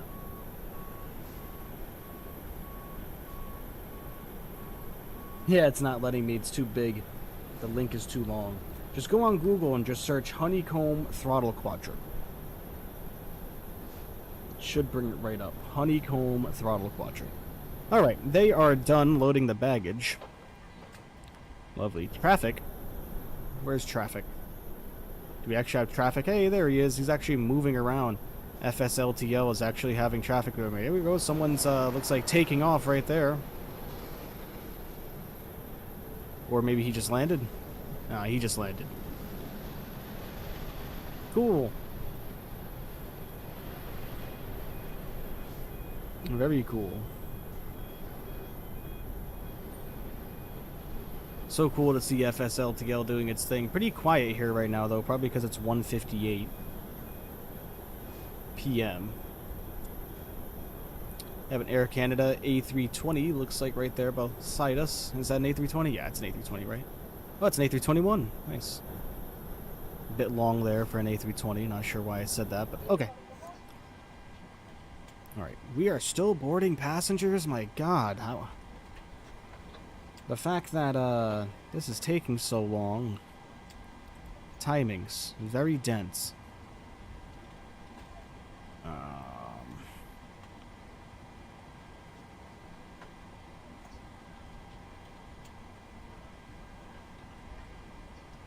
Okay, there's only a few more passengers to go. Lovely. Let's come down here. Go to our overhead panel. We got to get our APU generators on now. The leads can come on. We'll get our packs on as well. Get our yaw damper switches on. This can come up here to APU gen. Get our window heats on. Go. All of this will stay as is. Get our seatbelt signs on now. Seeming as we are going to be getting ready to go here any second.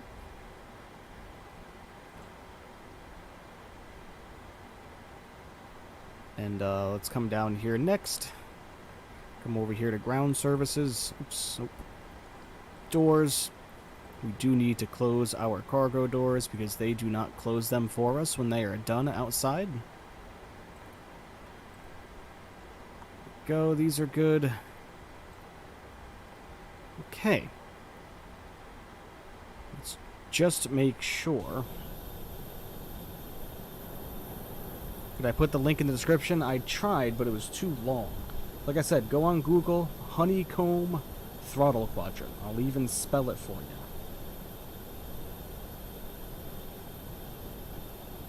Honeycomb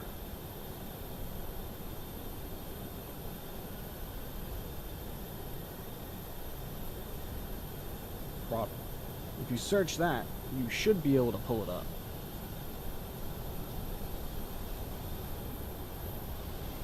We have another airplane. Sounds like taking off. Maybe not. Yep, he just went around. Or because that guy was sitting at the end of the runway. But, okay. Sounds like we are good to go here. So let's get our ground power unit released. Parking brakes. Let's get those engaged. They already were. Remove our wheel chocks. And let's request pushback.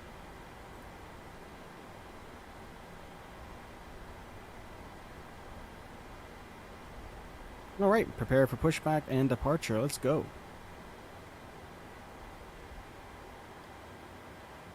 Ryan, hello.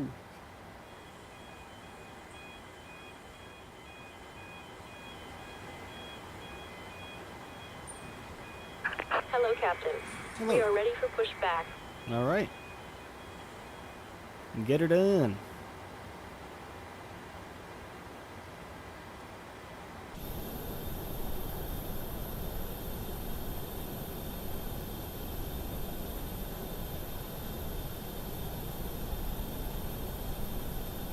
Departure checks completed. Bypass pin inserted.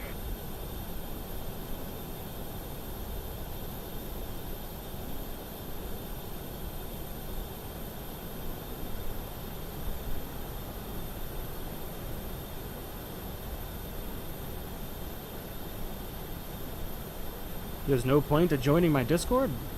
Why would you say that?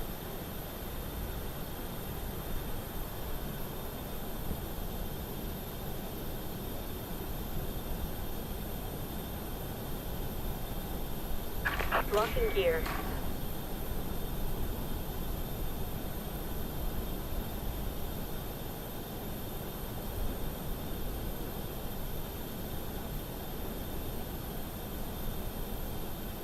Ah, I see. Alright.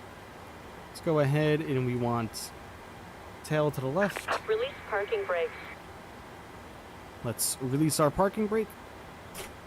Commencing push. Let's get our fuel pumps All on. engines clear. Start at will. Packs off. Probe heats on. Hydraulic engine 2 to ground. Oh. Any collisions. Okay. N2 is rising. N1 is rising. Oil pressure starting to rise. Alright, lovely. 25% N2. Let's initiate fuel flow and get over to the wing and have a listen. What the? Reverser doors were open.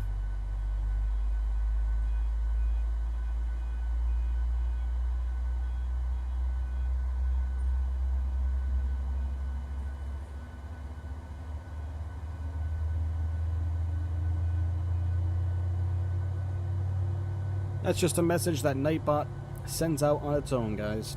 Just in case anybody wants to join the Discord at any given moment. Alright, lovely. Sounds like we have a good start of engine number 2. Let's come up here, get engine number 1. Oops. Engine number 1 over to ground. And 2% is rising. And 1% is rising. Oil pressure starting to rise as well. Lovely. 25% N2. Let's go ahead and initiate fuel flow.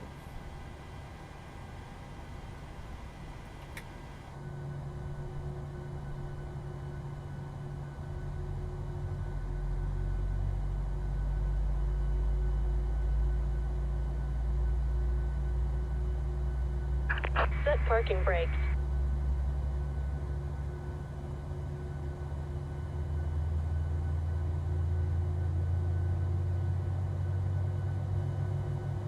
Okay. Alright, let's come over here and set our parking brakes for these guys before they have a heart attack. Cockpit to ground. Go up top, We have a get our good engine generators start. on now. You can disconnect. Get our packs back on. Isolation valve will come up to auto. APU bleed will come off. APU will come off. Taxi lights will come on. Okay, everything's looking good. Look at that guy taxiing over there, Air Portugal. Very cool. Okay.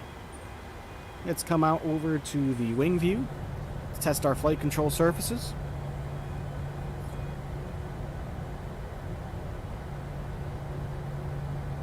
Everything should be free and correct. Flaps to 5 degrees. Unlocking gear.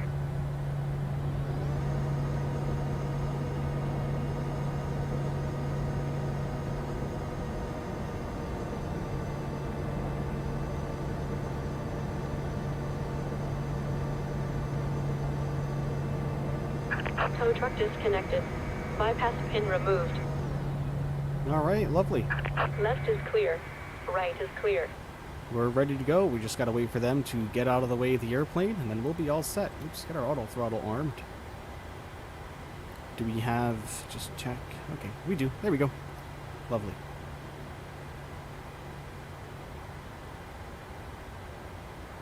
Alright, just give everything the once-over.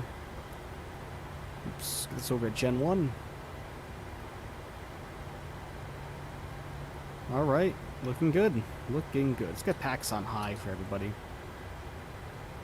And let's set our temperatures for everyone to nice and cold. Some nice cool air back there. Remember, everybody, hit that like button for me if you haven't already. I would greatly, greatly appreciate it. Just wait for her to walk off there a little bit farther before we start to roll here so we don't come in contact with her. If you're new here and you are enjoying the stream as well, please consider subscribing and turning on notifications for the channel also. Currently sitting at 622. Thank you so much, everybody. Alright, she's good. Releasing our parking brakes. Let's give us some power and let's get rolling.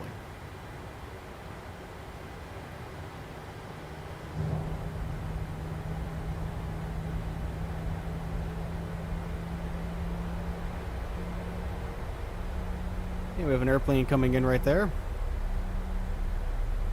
Oh, he's going around.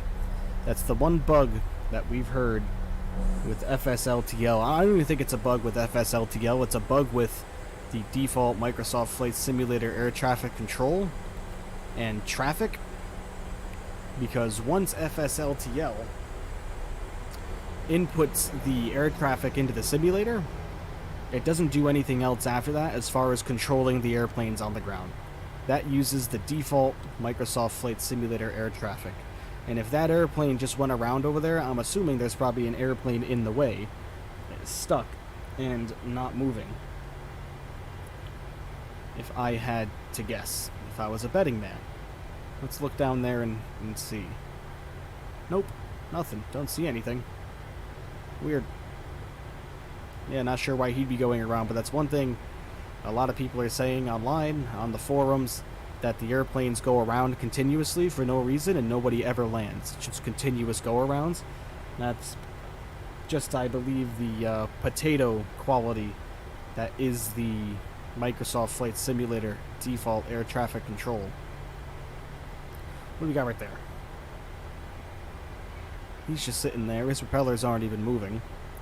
Do we have anybody down here? Hey, we have a 737 right there taxiing out. Let's hope he doesn't get in our way and create havoc.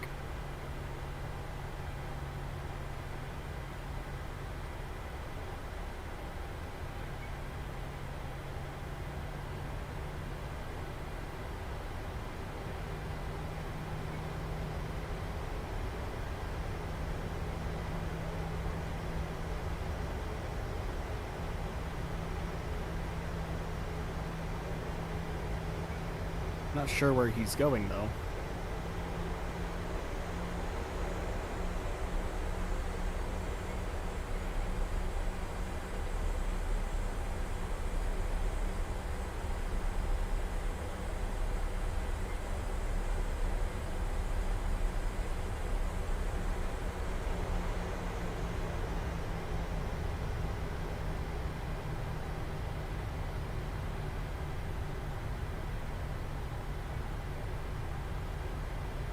but we are going out of 3-3 right. I wonder what the in-game ATC is having them do.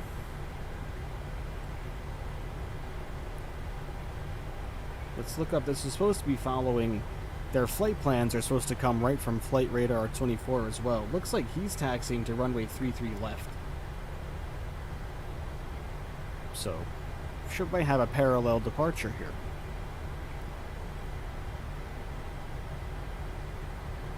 That's the case, I'm okay with that. As long as he's not going to get in our way.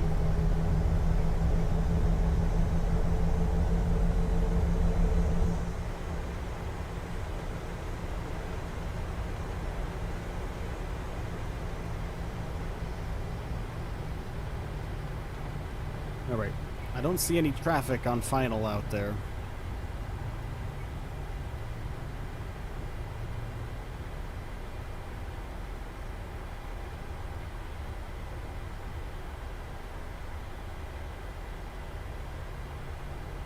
There's an airplane right there, should be landing. Let's hold short right here.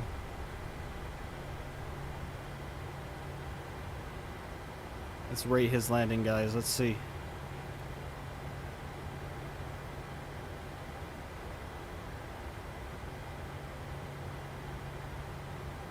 Ouch. Good old AI landings. Gotta love it, right? Alright, everybody. Landing lights on. Runway turnoffs on. Strobes. We'll come on. Get our wings on as well. Flaps. 5 degrees. Trim. Set. Alright, let's go, everybody. Let's check for traffic. Not seeing any. Let's get on out of here.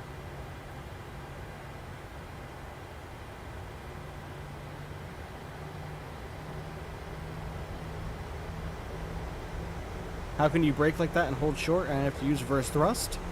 Well, I have my yoke. I have a brake button set right here for one of the triggers. And then as far as just sitting there, sometimes the airplane rolls, if I'm being honest with you, and sometimes it doesn't.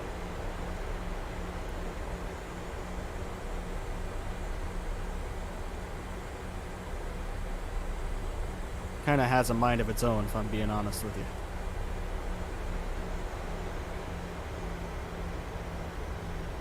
Alright, everybody. Enjoy the departure.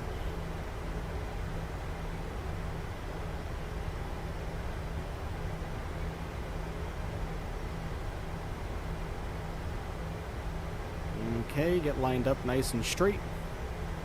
Throttles to 40%.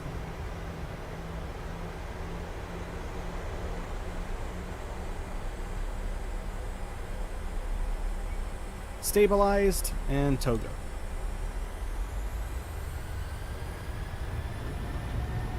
Airspeed's alive.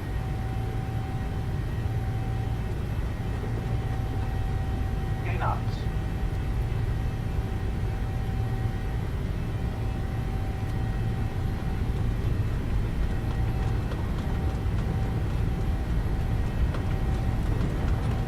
Rotate. V2. Positive rate of climb. Gear up.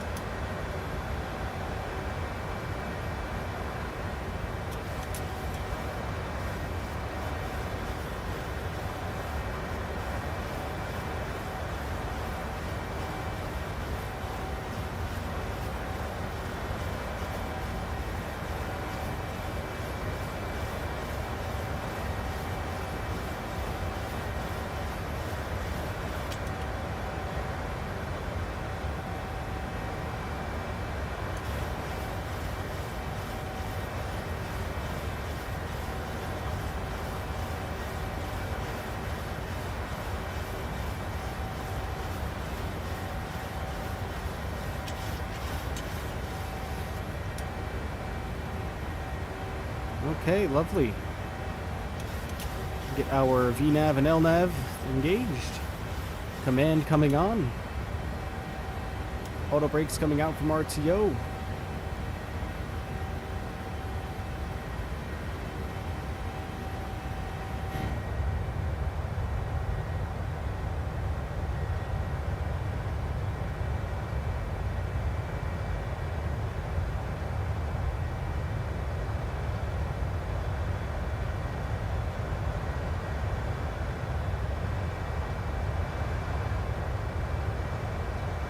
Okay, flaps coming to 1.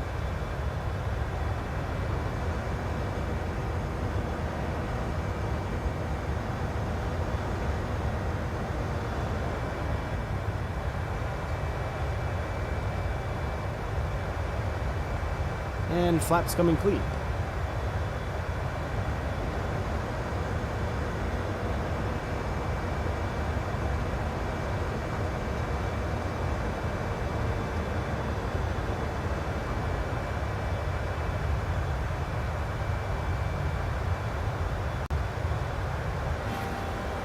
Alright, lovely. Nice departure.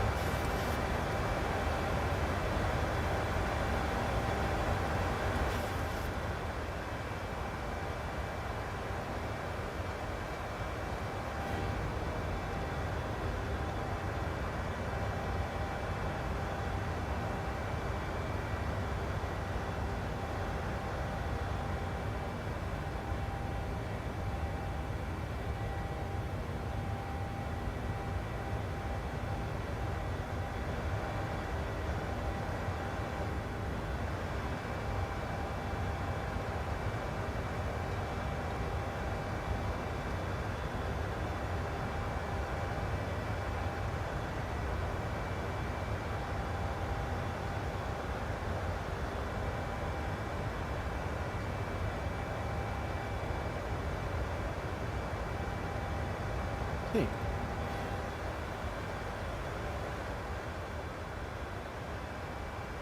About to go through 10,000 feet. Get our landing lights off.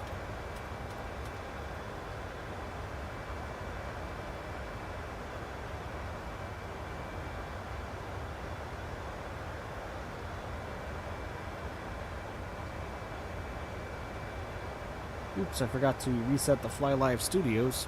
Oopsies.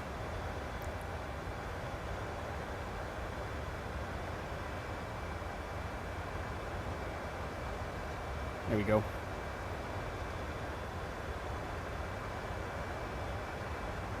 All right, 306 nautical miles to go. Not a very long journey to Montreal. You can see 47 minutes to go.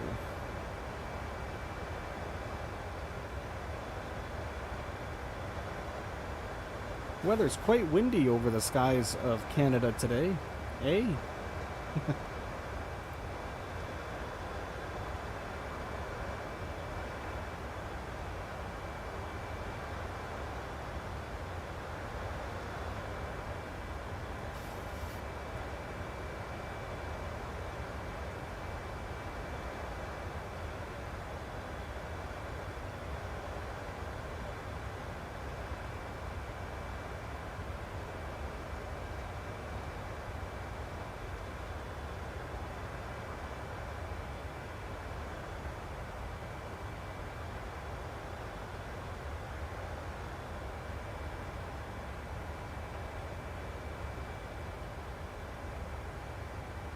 Just a reminder, everybody, tomorrow is EasyJet FlyByWire A320neo.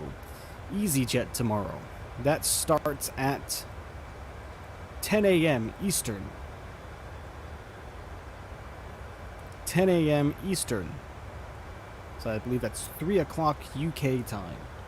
And then Sunday, we are Ryanair, everybody. Ryanair will be flying around Spain on Sunday. That is a 9 a.m. start time.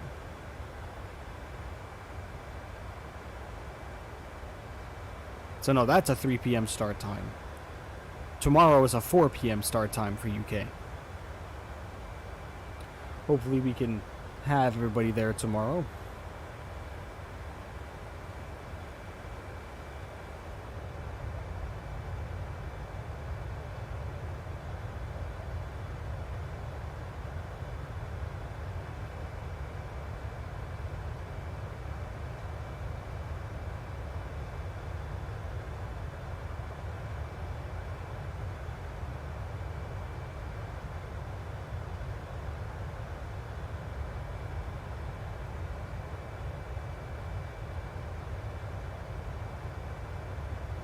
Already 401 knots on the ground speeds because we're going to have a pretty hefty tailwind helping us out pretty much almost the entire way to Montreal. So pushing our ground speed all the way up to 406 knots already. Lovely. Alright, going above 18,000 feet, everybody. You know what that means. It means it's time to throw on the tunes.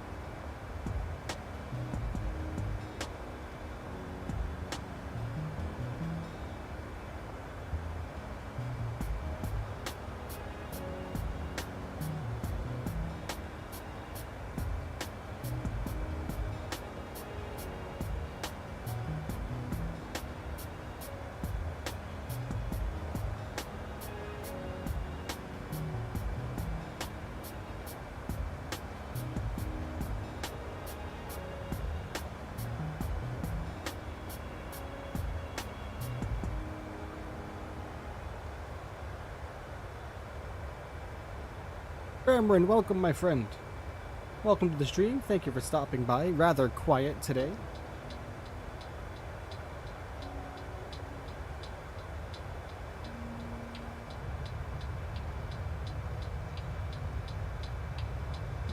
Hope you're having a great day, my friend. Great day so far.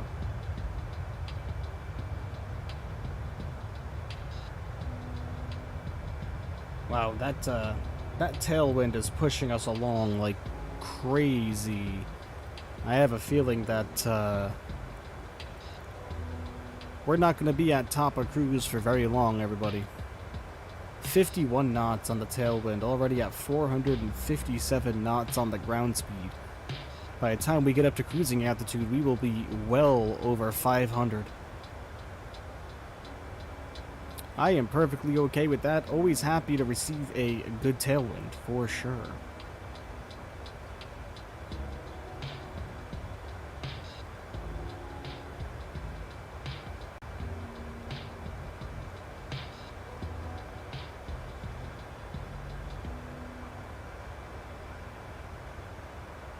That's 622 subscribers, absolutely fantastic. On our way to 750, everybody. Not many more to go.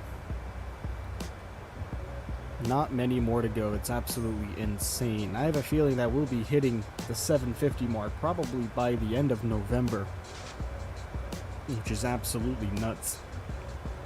And then after that, will be 1,000 subscribers will be the milestone after that. So getting closer and closer, everybody.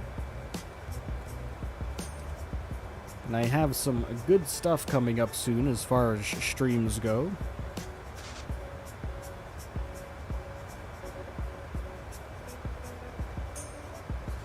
I said back in Europe this weekend, Saturday and Sunday. It's Spain on Sunday.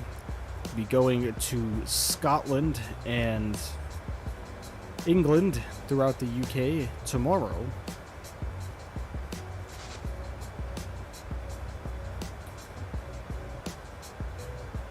Monday and Friday will probably be in Europe as well. Next Saturday and Sunday, I was thinking Saturday we were going to do some Caribbean island hopping in a Win Air Twin Otter. That'll be interesting. We'll go to Saba, we'll go to St. Bart's, land in St. Martin as well. Do some hopping around there.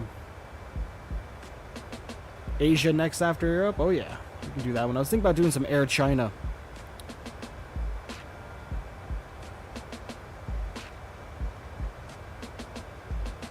Thinking about doing some Air China for sure. Need to get to Australia again soon as well.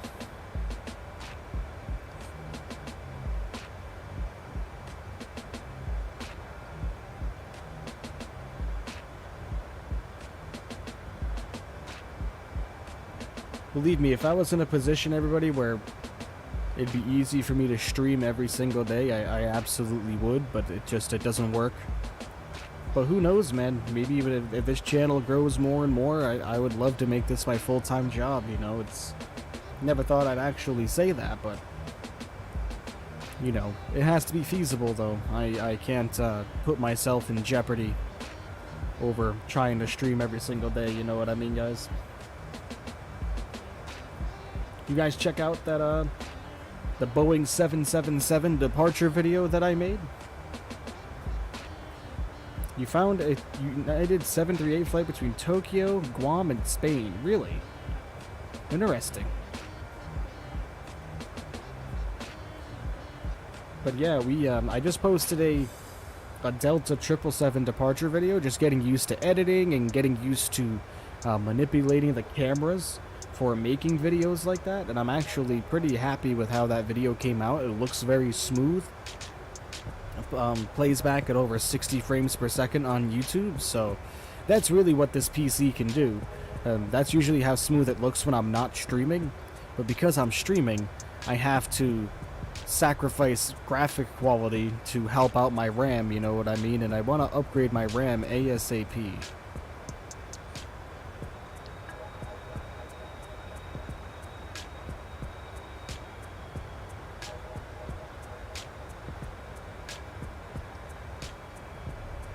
Almost at over 500 knots on the ground speed. You can see there, top of climb is in 30 nautical miles. We're probably not going to be cruising for very long. Definitely not going to be cruising for very long. 44 knots. Perfect tailwind there, coming in from 262 degrees. Nearly perfect. 494 knots on the ground speed. Oh, down to 493 now.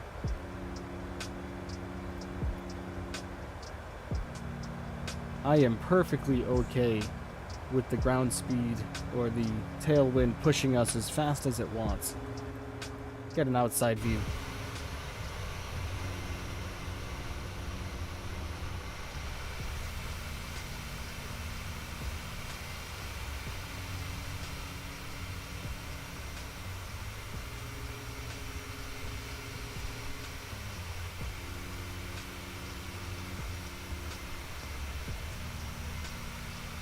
Upgrade to 32 yet? That's what I was thinking. I might even take it a step farther and just do 64, to be completely honest with you.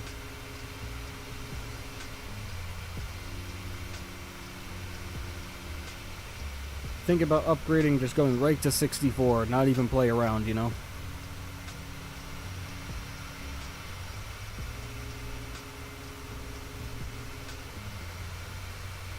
Because let's be real, right? The longer and longer this simulator stays out, the more and more better scenery and airplanes will come out that are going to require more power out of your PC.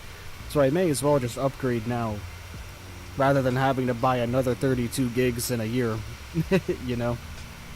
Especially the more and more complex that my streams get, you know, the more and more that this channel grows over the next couple of years. I'm obviously thinking very far into the future, but you know, maybe even possibly one day I would like to have a,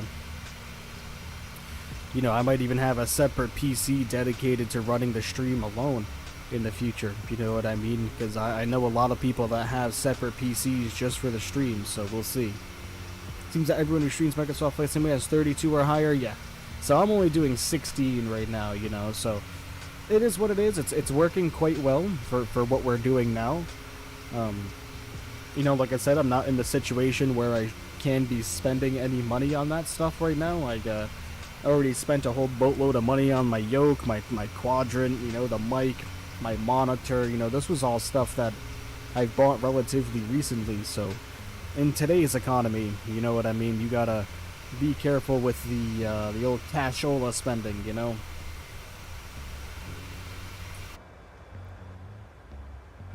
At least I like to be a little bit careful.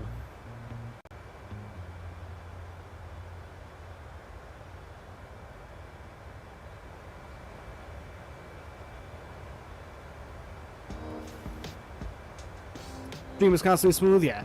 And that's because I did a lot of research on bit rates, audio bit rates, latency, and really configured my my OBS to be constantly smooth and giving out the best connection at the best quality possible. So yeah, I did a lot of research on that because in the first few streams I did, it was kind of blurry and a little bit choppy, and I kind of went in and kind of configured OBS so that it wasn't taking up as much RAM. But currently, right now as it stands, it's taking up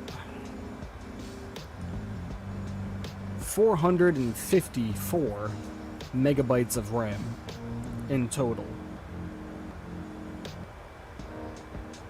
So that's not terrible at all.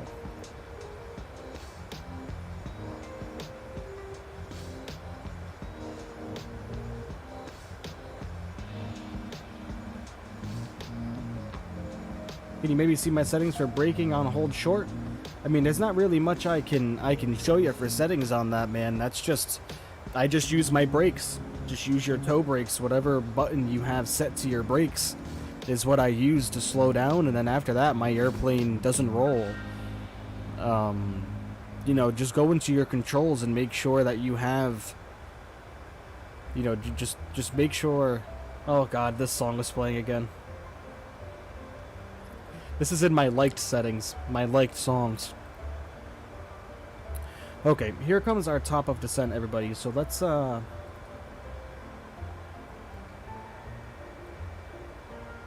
3,000 feet.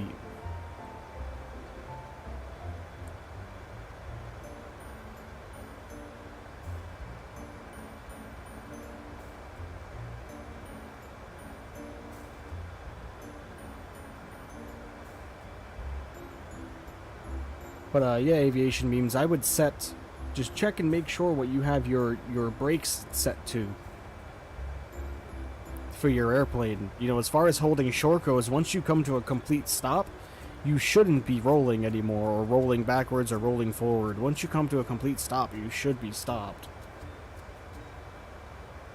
Same here, I finally picked up the first piece of my PC build, pumped, but I'm taking my time and don't want to rush it because I'm a freelancer. Oh yeah, completely understand that, my friend. Completely understand that. It took me a long time to save up for my PC, you know, so, and I finally pulled the trigger, and same thing with all this equipment, you know what I mean? This was a long time coming. I've been wanting a PC like this for damn near a decade, so. And then really what hurt too is when COVID happened, when the price of graphics cards and all that increased.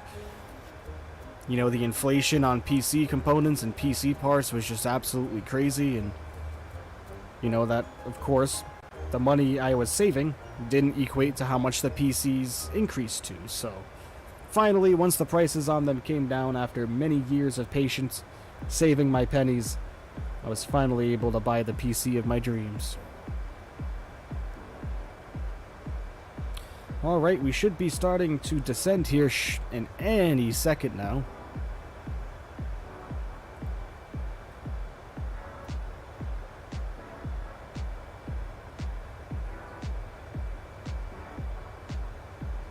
There we go, you can hear our engines rumbling.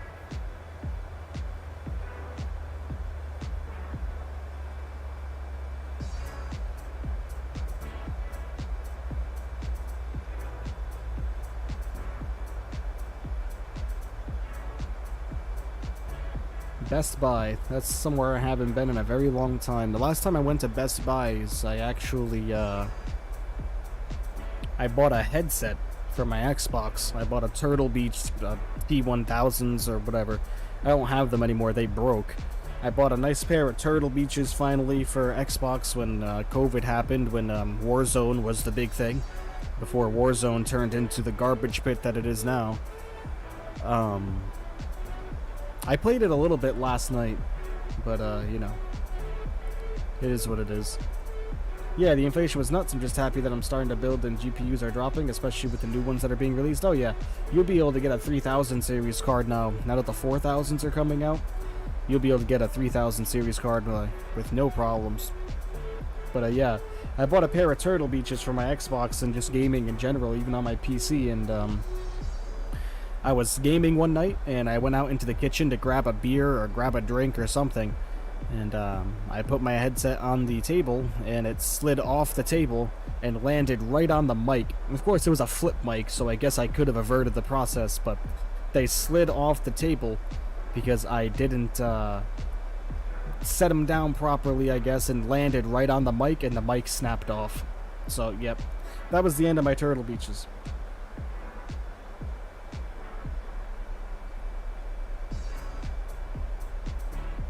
9? What's 9?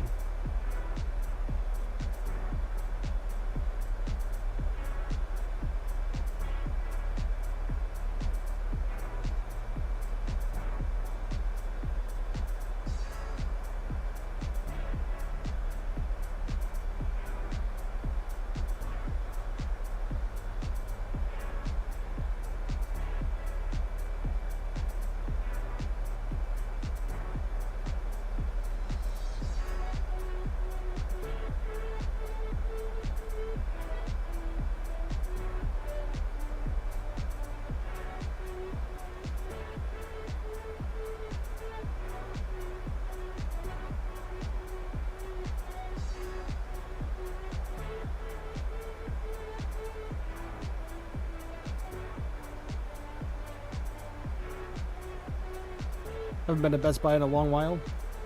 The NZXT Elite case went from 170 down to 99. Nice. It was the same price as Amazon, but I didn't have to wait. Yeah, I'll do the same thing. Even if it's only a couple dollars more. You know what I mean? Like, let's say on Amazon something was $100, but in store it was $105, and I didn't have to wait 2 days for it to come in. Yeah, I will.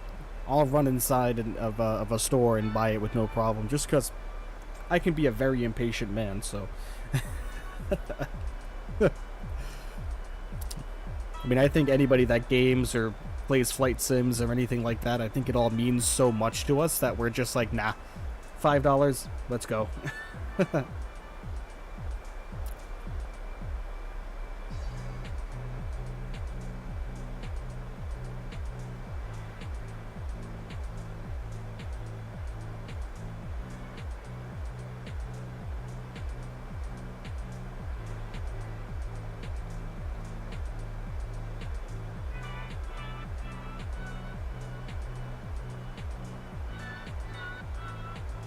Does this have us? Yep, below 240 by Epmont. Cool. By Hobbs, we need to be below 16,000. Cool, which we will be. By Kamau, in Tovats, we need to be... Well, I mean, not Tovat. By Midig, we need to be below 9,000, which we are. By Agnag, we need to be... Nope, I lied. By Titus, or Titus, we need to be at 210 and 4,000. That's right. And by Maxod, 210 and 3,000 feet. Above 3,000, below 4,000. Looking good. Just really making sure that that's all right, so I don't have any issues with the arrival. Because sometimes it can be a little bit of a pain. That's going to be the last song, too, everybody. Well, this is the last song once it ends.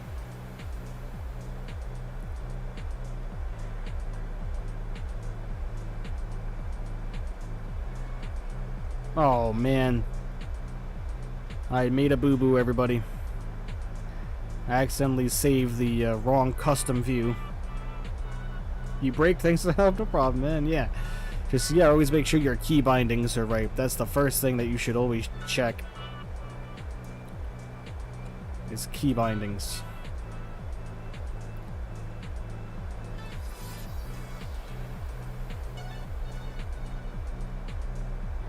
There we go.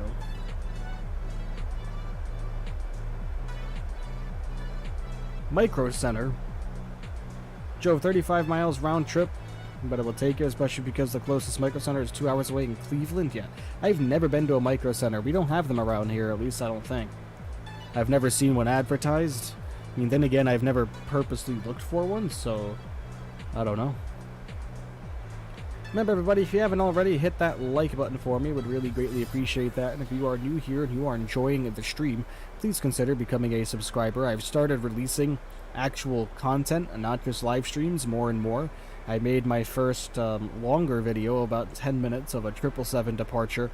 I'm trying to make Microsoft Flight Simulator look crisp and clean and HD, and I'd say it came out pretty nicely. That was just kind of like a practice test bed type video, so and I think it came out pretty nice. It looked really smooth, so just gonna play around more with camera angles. I actually got my Xbox controller hooked up to the simulator to make it better for recording departures and landings and having like the camera follow and go by, so really starting to do better with that. So who knows what kind of videos I'll be recording.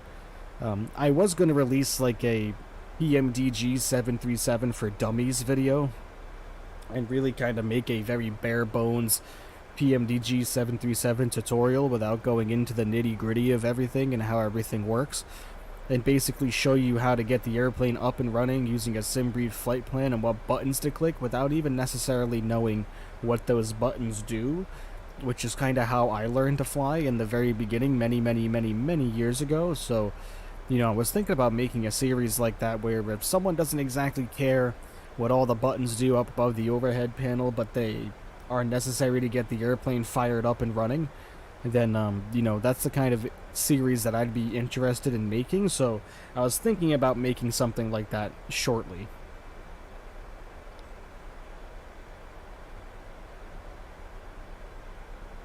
Same thing with the A320, but when I look up online, there's so many tutorials for the PMDG already, so we'll see. No, Screw, hello. You were in the hot tub, nice. Very nice.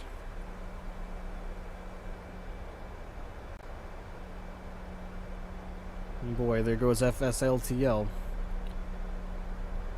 King, hello, my friend.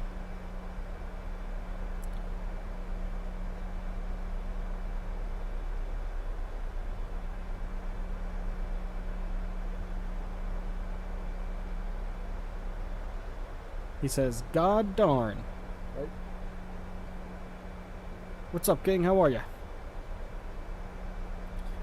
But I'll be going to Micro Center, but I will wait until I need at least 3 items before I make the day trip. Oh, yeah.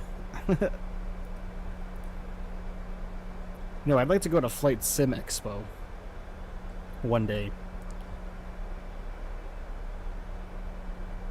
I'm good, my friend. I'm good. Lovely Friday afternoon. On our way to Montreal in our lovely WestJet 737-800. There she is, right here. Always a good day when I can stream for everybody and hang out.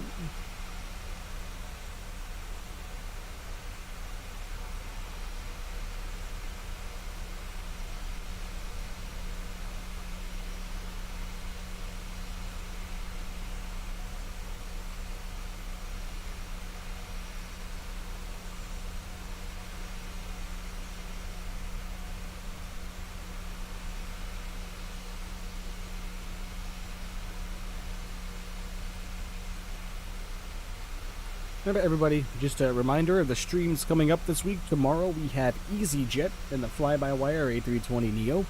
That one should be very fun. And then Sunday we have Ryanair back in the 737-800 flying in and around Spain on Sunday. So that one should be very nice as well. Don't have anything planned for Monday yet, but keep an eye out. Something will be scheduled. whenever FSLTL loads in new airplanes, it skips. At least my audio skips. It goes wah, and almost makes like a weird, like, distorted sound whenever FSLTL loads in new airplanes. Because when I look at the launcher or the importer or whatever, it's the injector, whenever we get something that gets imported, the audio makes that noise. Let me know if you guys can hear it making the noise, because if you guys don't, then I'm not going to worry about it. But if you guys are hearing it and it's making a weird distorted noise, let me know, and we'll go about doing something about that. Alright, just passing below 19,000 feet, we're going to be taking ourselves out of standard altitude mode here shortly. Still have that tailwind, 49 knots hitting us right in the ass end. 384 knots on the ground speed still. Absolutely wonderful.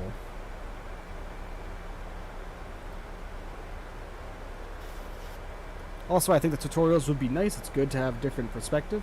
People will always search and watch it later, get those residual views. Oh yeah, for sure.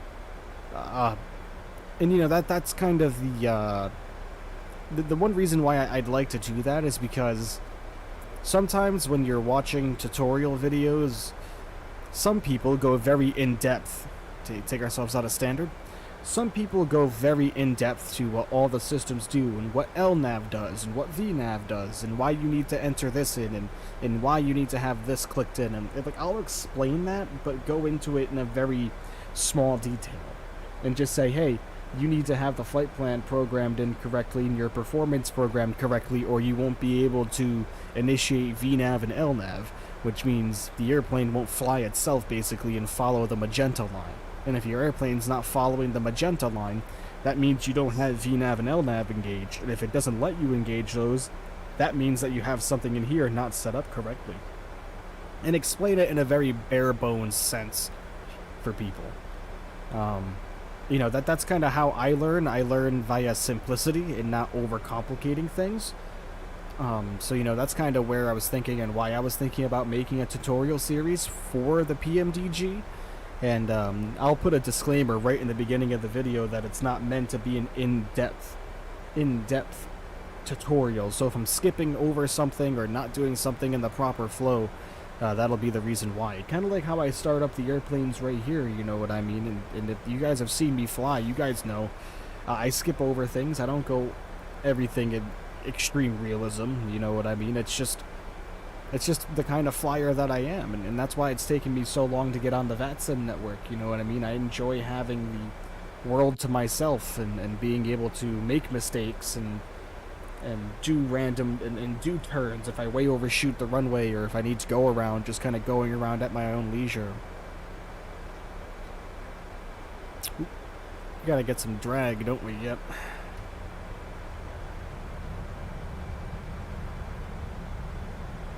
That's that tailwind making us go a little bit faster than we should be.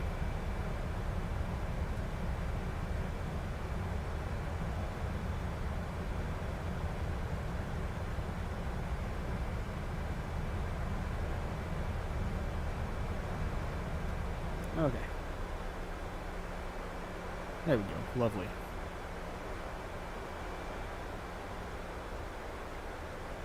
At the end of the day, it's the sim, exactly. Exactly. You know, every flight sim streamer will say that. Guys, this is a simulator. Even some of the greats. You'll hear them say that continuously. Guys, this is a simulator. Remember.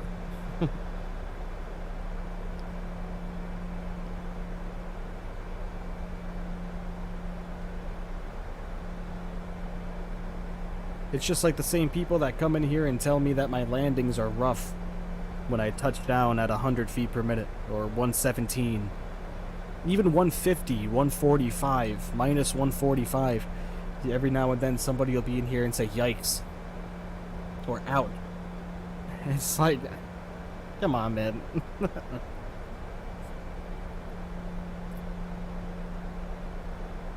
But as a streamer, you know, I try not to let that stuff bother me, because there's always going to be people like that. It's just, you know, I'm a very direct person, and if I think you're full of yourself or full of shit, I'll tell you. But I think that's kind of the personality you need to have as a streamer in general. I don't know, maybe I'm talking nonsense, but...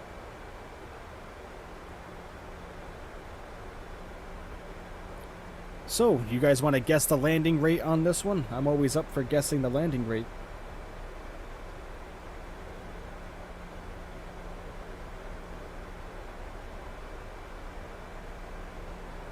Lufthansa 787 Frankfurt to St. Martin? Oh, God. That's a long one, guys. That's a very long one. -0.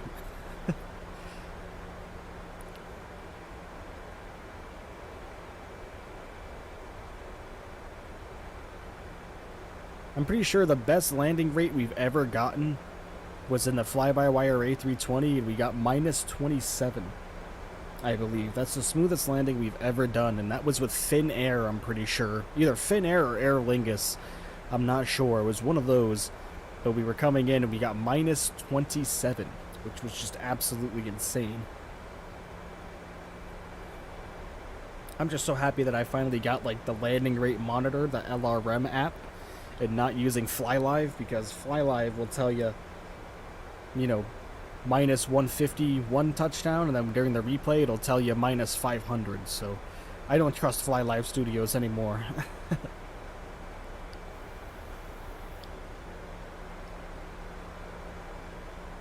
Yeah, the 787 is usually what we fly during our long hauls. Just because it's the airplane I trust the most as far as how stable it is while we're making those long haul routes.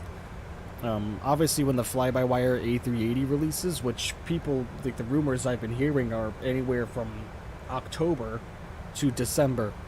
So, but I would expect probably for fly-by-wire A380, I would definitely say it would be towards the later end of the year, December. Because it's a high FPS landing doesn't mean that it was a hard landing. You can land an aircraft at 400 feet per second, but your G-force is 1G. That means the aircraft did not take damage. I believe that. I don't know. Yeah, I mean, I would say, yeah, G-force would be how much you're kind of... I don't know. G-force to me would be more of like an impact on your body, more of like, you know, it's kind of hard to explain. But, yeah, I always like to say that, like, you try to aim for anywhere between 150 to 300 feet per second of a landing, while, you know, when you start getting above 225, 250, that would be considered firm, and anywhere up to 300 would be considered firm, and anything over that would be, like, hard.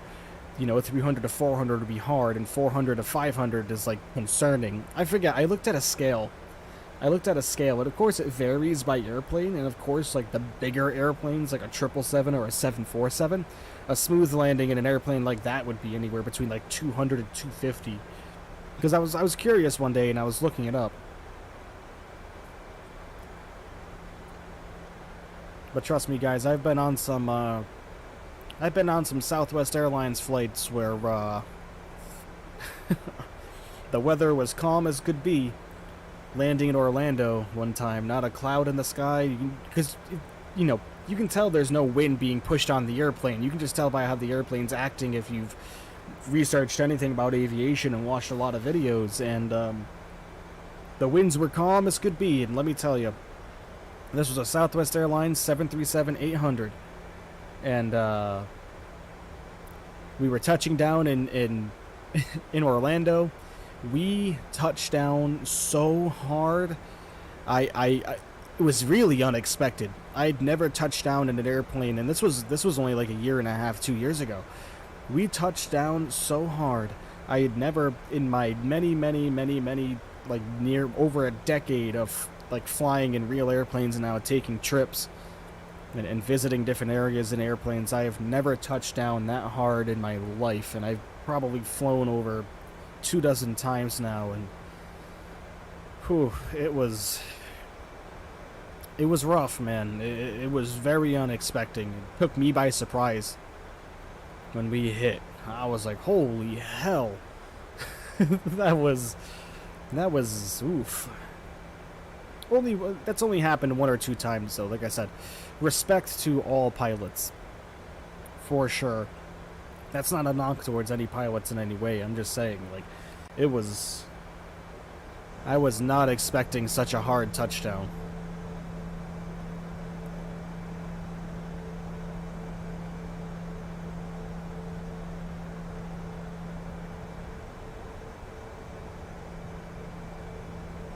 You do a setup tour of Boeing and Airbus edition? Yeah, I can make a video about that.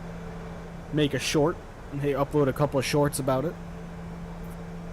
Like I said, it's not anything too crazy, guys. It really isn't. Right here in front of me, obviously, is the Boeing yoke. Right in front of me is my mic. The arm comes out over here and connects to the right-hand side of the desk, which is, I'm touching over here. The Quadrant sits right here. The keyboard is right here. So where my hand is, the keyboard's right here. My mouse is right here. You know. Nothing too fancy, but yeah, I can make a couple of videos about it. I've had a couple of people ask a few times, so yeah, why not?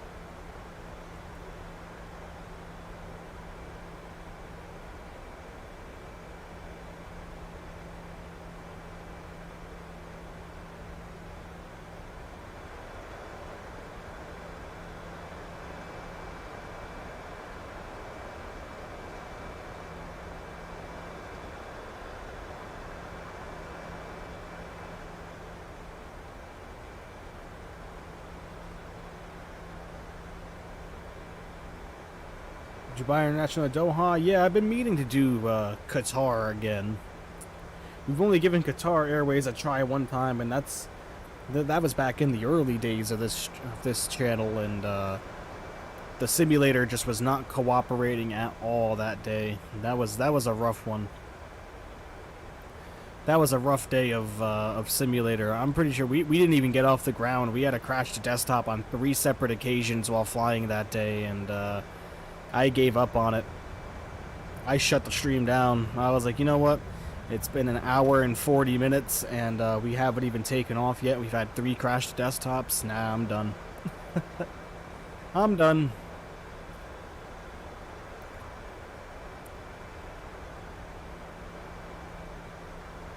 Luckily, we haven't had a bad day like that in a while, so fingers crossed.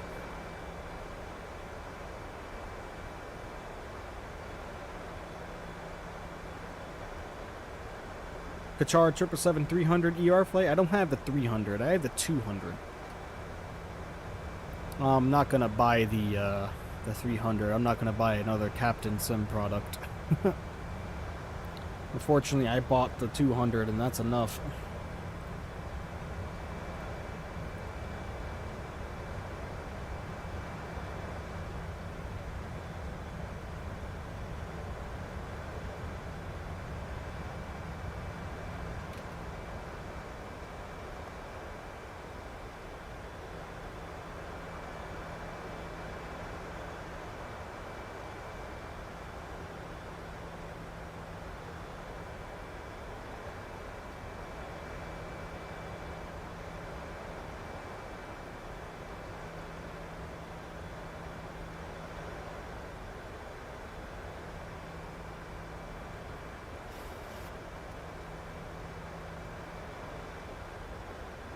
All right.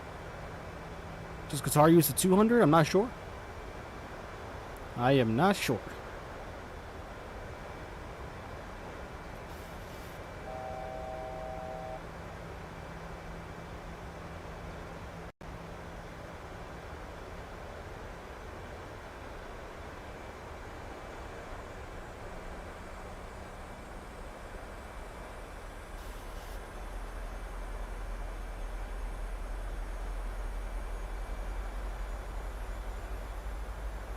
You might actually fly Doha to Helsinki, Qatar 777 one day. Nice, no scoot, nice. I've never been on an airplane like that, on a big wide body.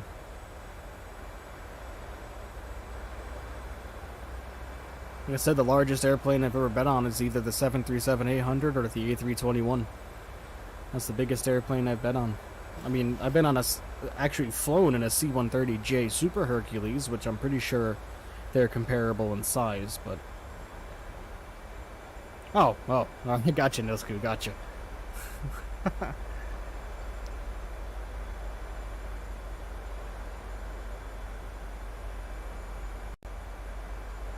Oh boy, we are getting some stutters here. Your biggest is the 737-800. Yep, about the same, man. About the same. Like I said, I haven't flown internationally, and I've only ever flown domestically in the U.S., so you don't get a lot of big airplanes when you fly domestically around here.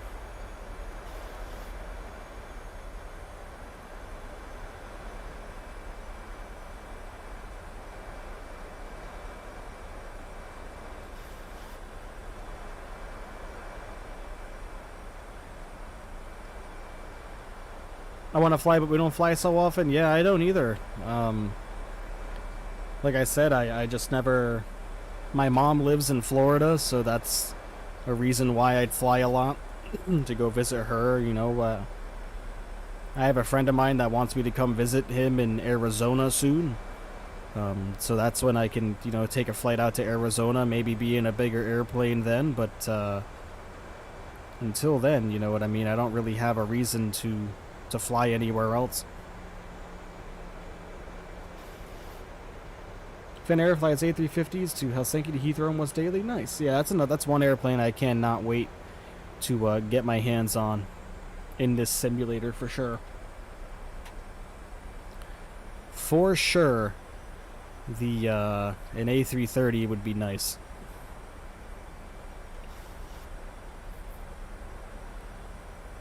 Right, everybody, let's get the SkyDollar replay tool going. Foggy, I know. A little bit froggy out here. We're using SkyDollar this time around. We're not going to use the in-house replay tool. We have visual contact with the airport out there ahead of us. Lovely.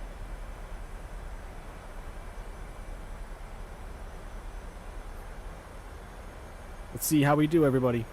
Remember, hit that like button for me if you guys wouldn't mind. If you're new here and you are enjoying what you're seeing, please consider becoming a subscriber and turning on notifications for the channel. We would all greatly appreciate that. What airline will you use mostly for the FlyByWire A320? I would automatically do Lufthansa, Emirates. I'll do all of them. BA, Lufthansa, Emirates, Qatar, Qantas.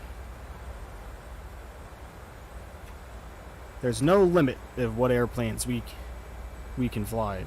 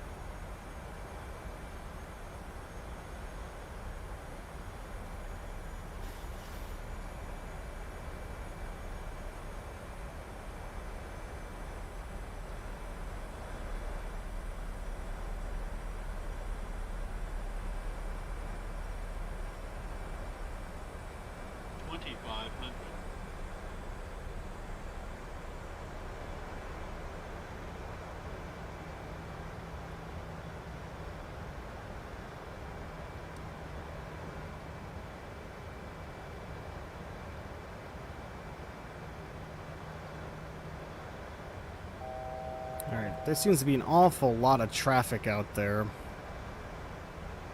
Let's hope we don't have any situations on the arrival here.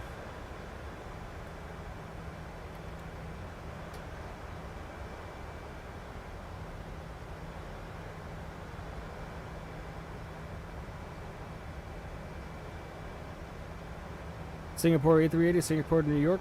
Nice. Yeah, maybe. Like I said, there's plenty of airlines that we can have fun with when it comes to the A380 for sure.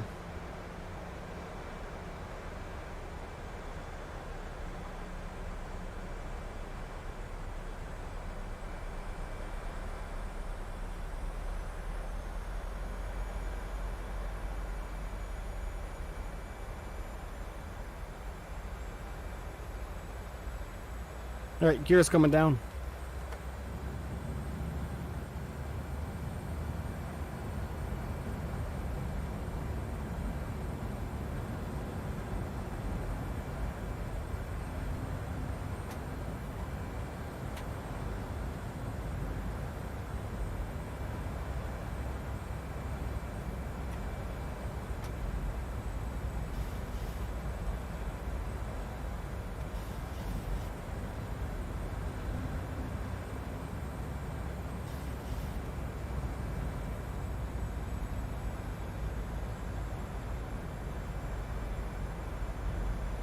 Hey everybody. Bring the volume up a little bit. Enjoy. Enjoy, enjoy.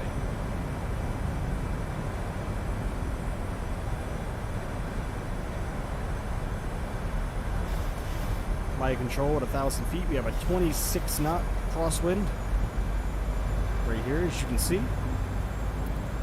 So this will be interesting.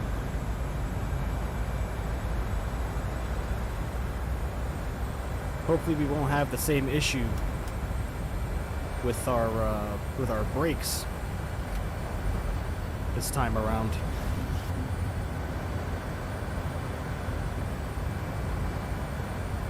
All right, let's go, everybody. Let's do this.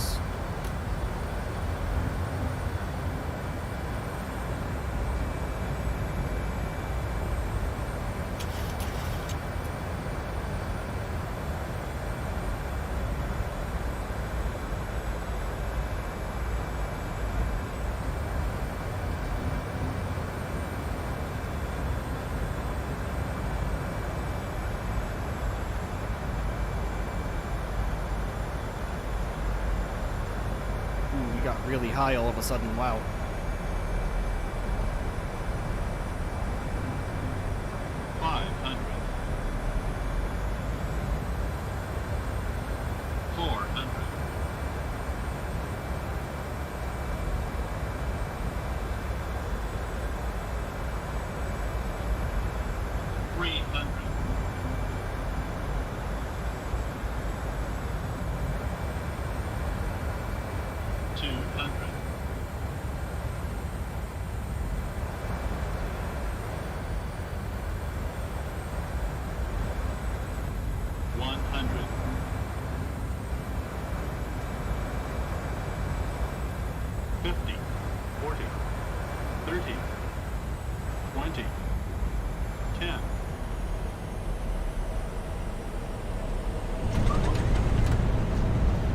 Who?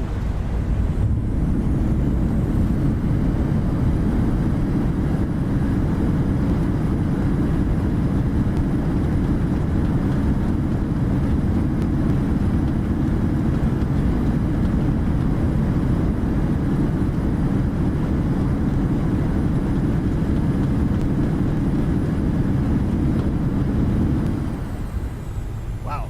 175 feet per minute, winds at 24 knots on touchdown. All right. Yeah, those winds had me a little nervous, not gonna lie, but we got her down.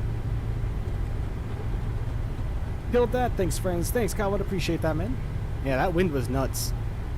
24 knots at 274 degrees. So a little bit of a crosswind there towards the end, but nothing too crazy. We got her down with no problem, everybody. If you like that landing, hit that like button as well. Alright, let's go ahead and get taxied over to the gate, everybody. Alright, auto brakes coming off, spoilers getting retracted, flaps coming to 0. I gotta go eat now and sleep already. See you tomorrow. Alright, let's go have a good, my friend. See you bright and early tomorrow. 175. I'll take it, everyone. Oh, wow, we never even had our landing lights on there. Whoops. Oopsies.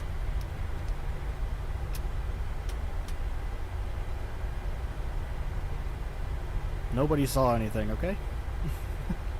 We didn't forget to put our landing lights on. You guys didn't see anything. I'm using a Jedi mind trick on all of you. You didn't see me forget to turn my landing lights on, Anakin. Of course I know him. He's me, Obi-Wan.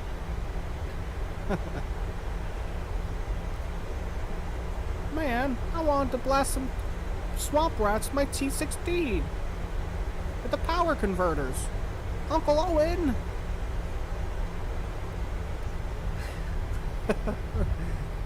Ah, jeez. It's okay. Nobody will notice. Nope. You are right. We have a phone number for you to call, sir? Uh-oh.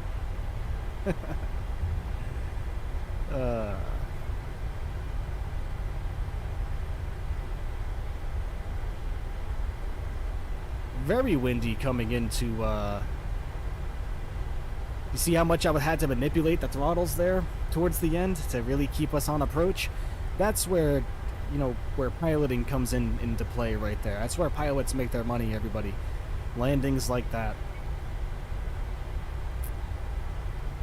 Being able to manipulate the throttles, make good piloting decisions, knowing your airspeed, keeping the airplane under control. That's where it counts, guys. Ooh, alright. We're gonna go park right here, seeming as we have a marshaller, maybe. Or maybe that's not our marshaller. Maybe that's just a guy sitting in his truck. We never have a marshaller. Does anybody know what I'm doing wrong when it comes to not FSRealistic, GSX, to where I never have a marshaller? Can anybody tell me? Does anybody know? Because I've seen a marshaller maybe once. Maybe one time.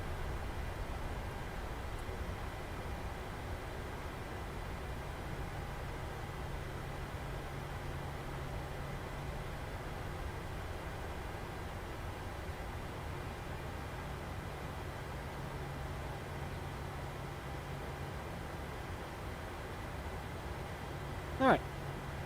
Set our brakes. Let's get our flaps set again for the replay. Okay. We'll go with this view first. Do you have specific profiles for the airport? Not this one. I tried searching for a profile for this, for Montreal, and I couldn't find any. You must open the GSX menu and choose where you will park. Oh, I didn't realize that. I didn't realize that. Thank you. That's a rookie mistake on my part. Thanks, everybody. Duh. I feel dumb. Okay.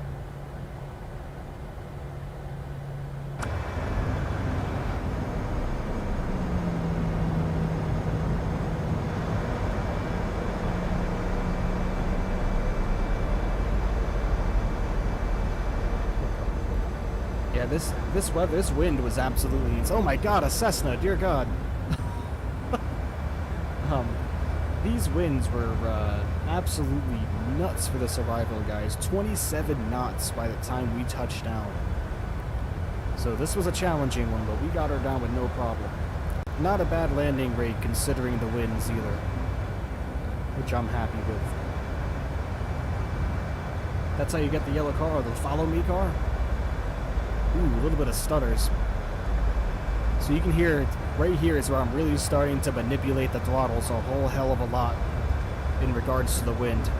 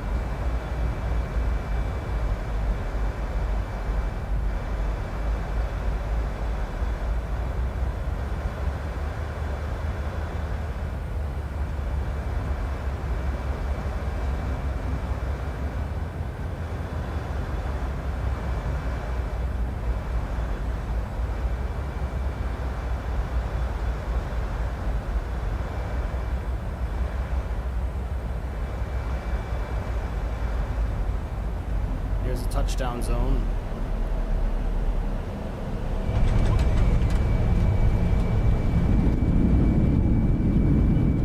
No spoilers? Why not? Weird.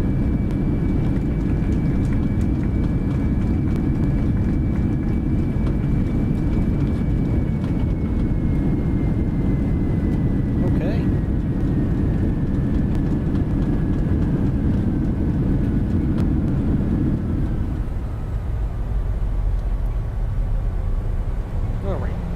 Get another view of that, shall we?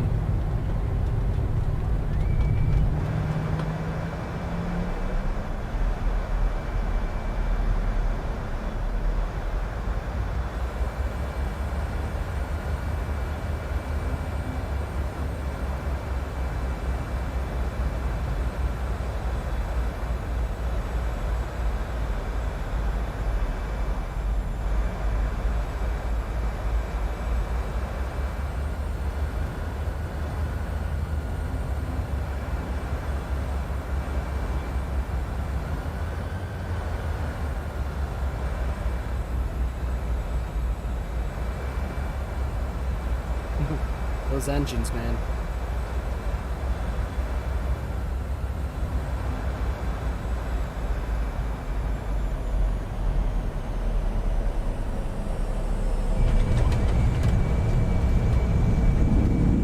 That was tricky. Good landing overall. Thanks, buddy. See, he even said it himself. That was tricky, but good landing overall.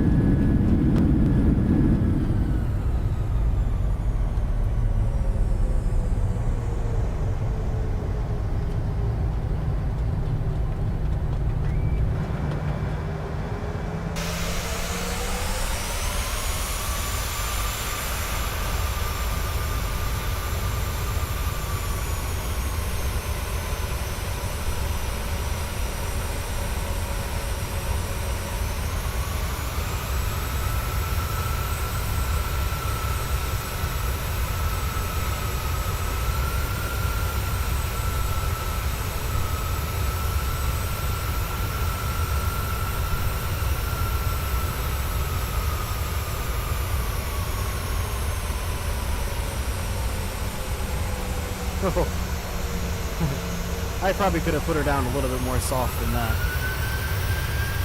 If I'm being completely honest.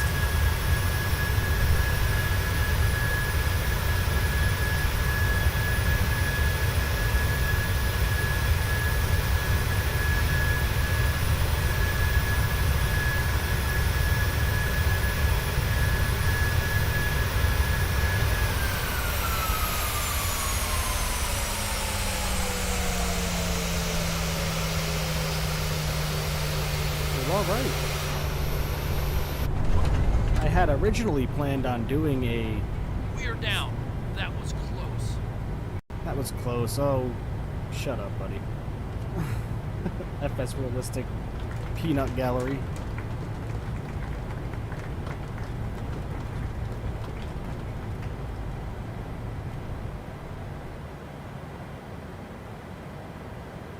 Okay. Get our brakes set here. Uh-oh. It's not letting us do anything. Uh-oh, I think the airplane's broken. Yep, we're not getting any... Oop, oop.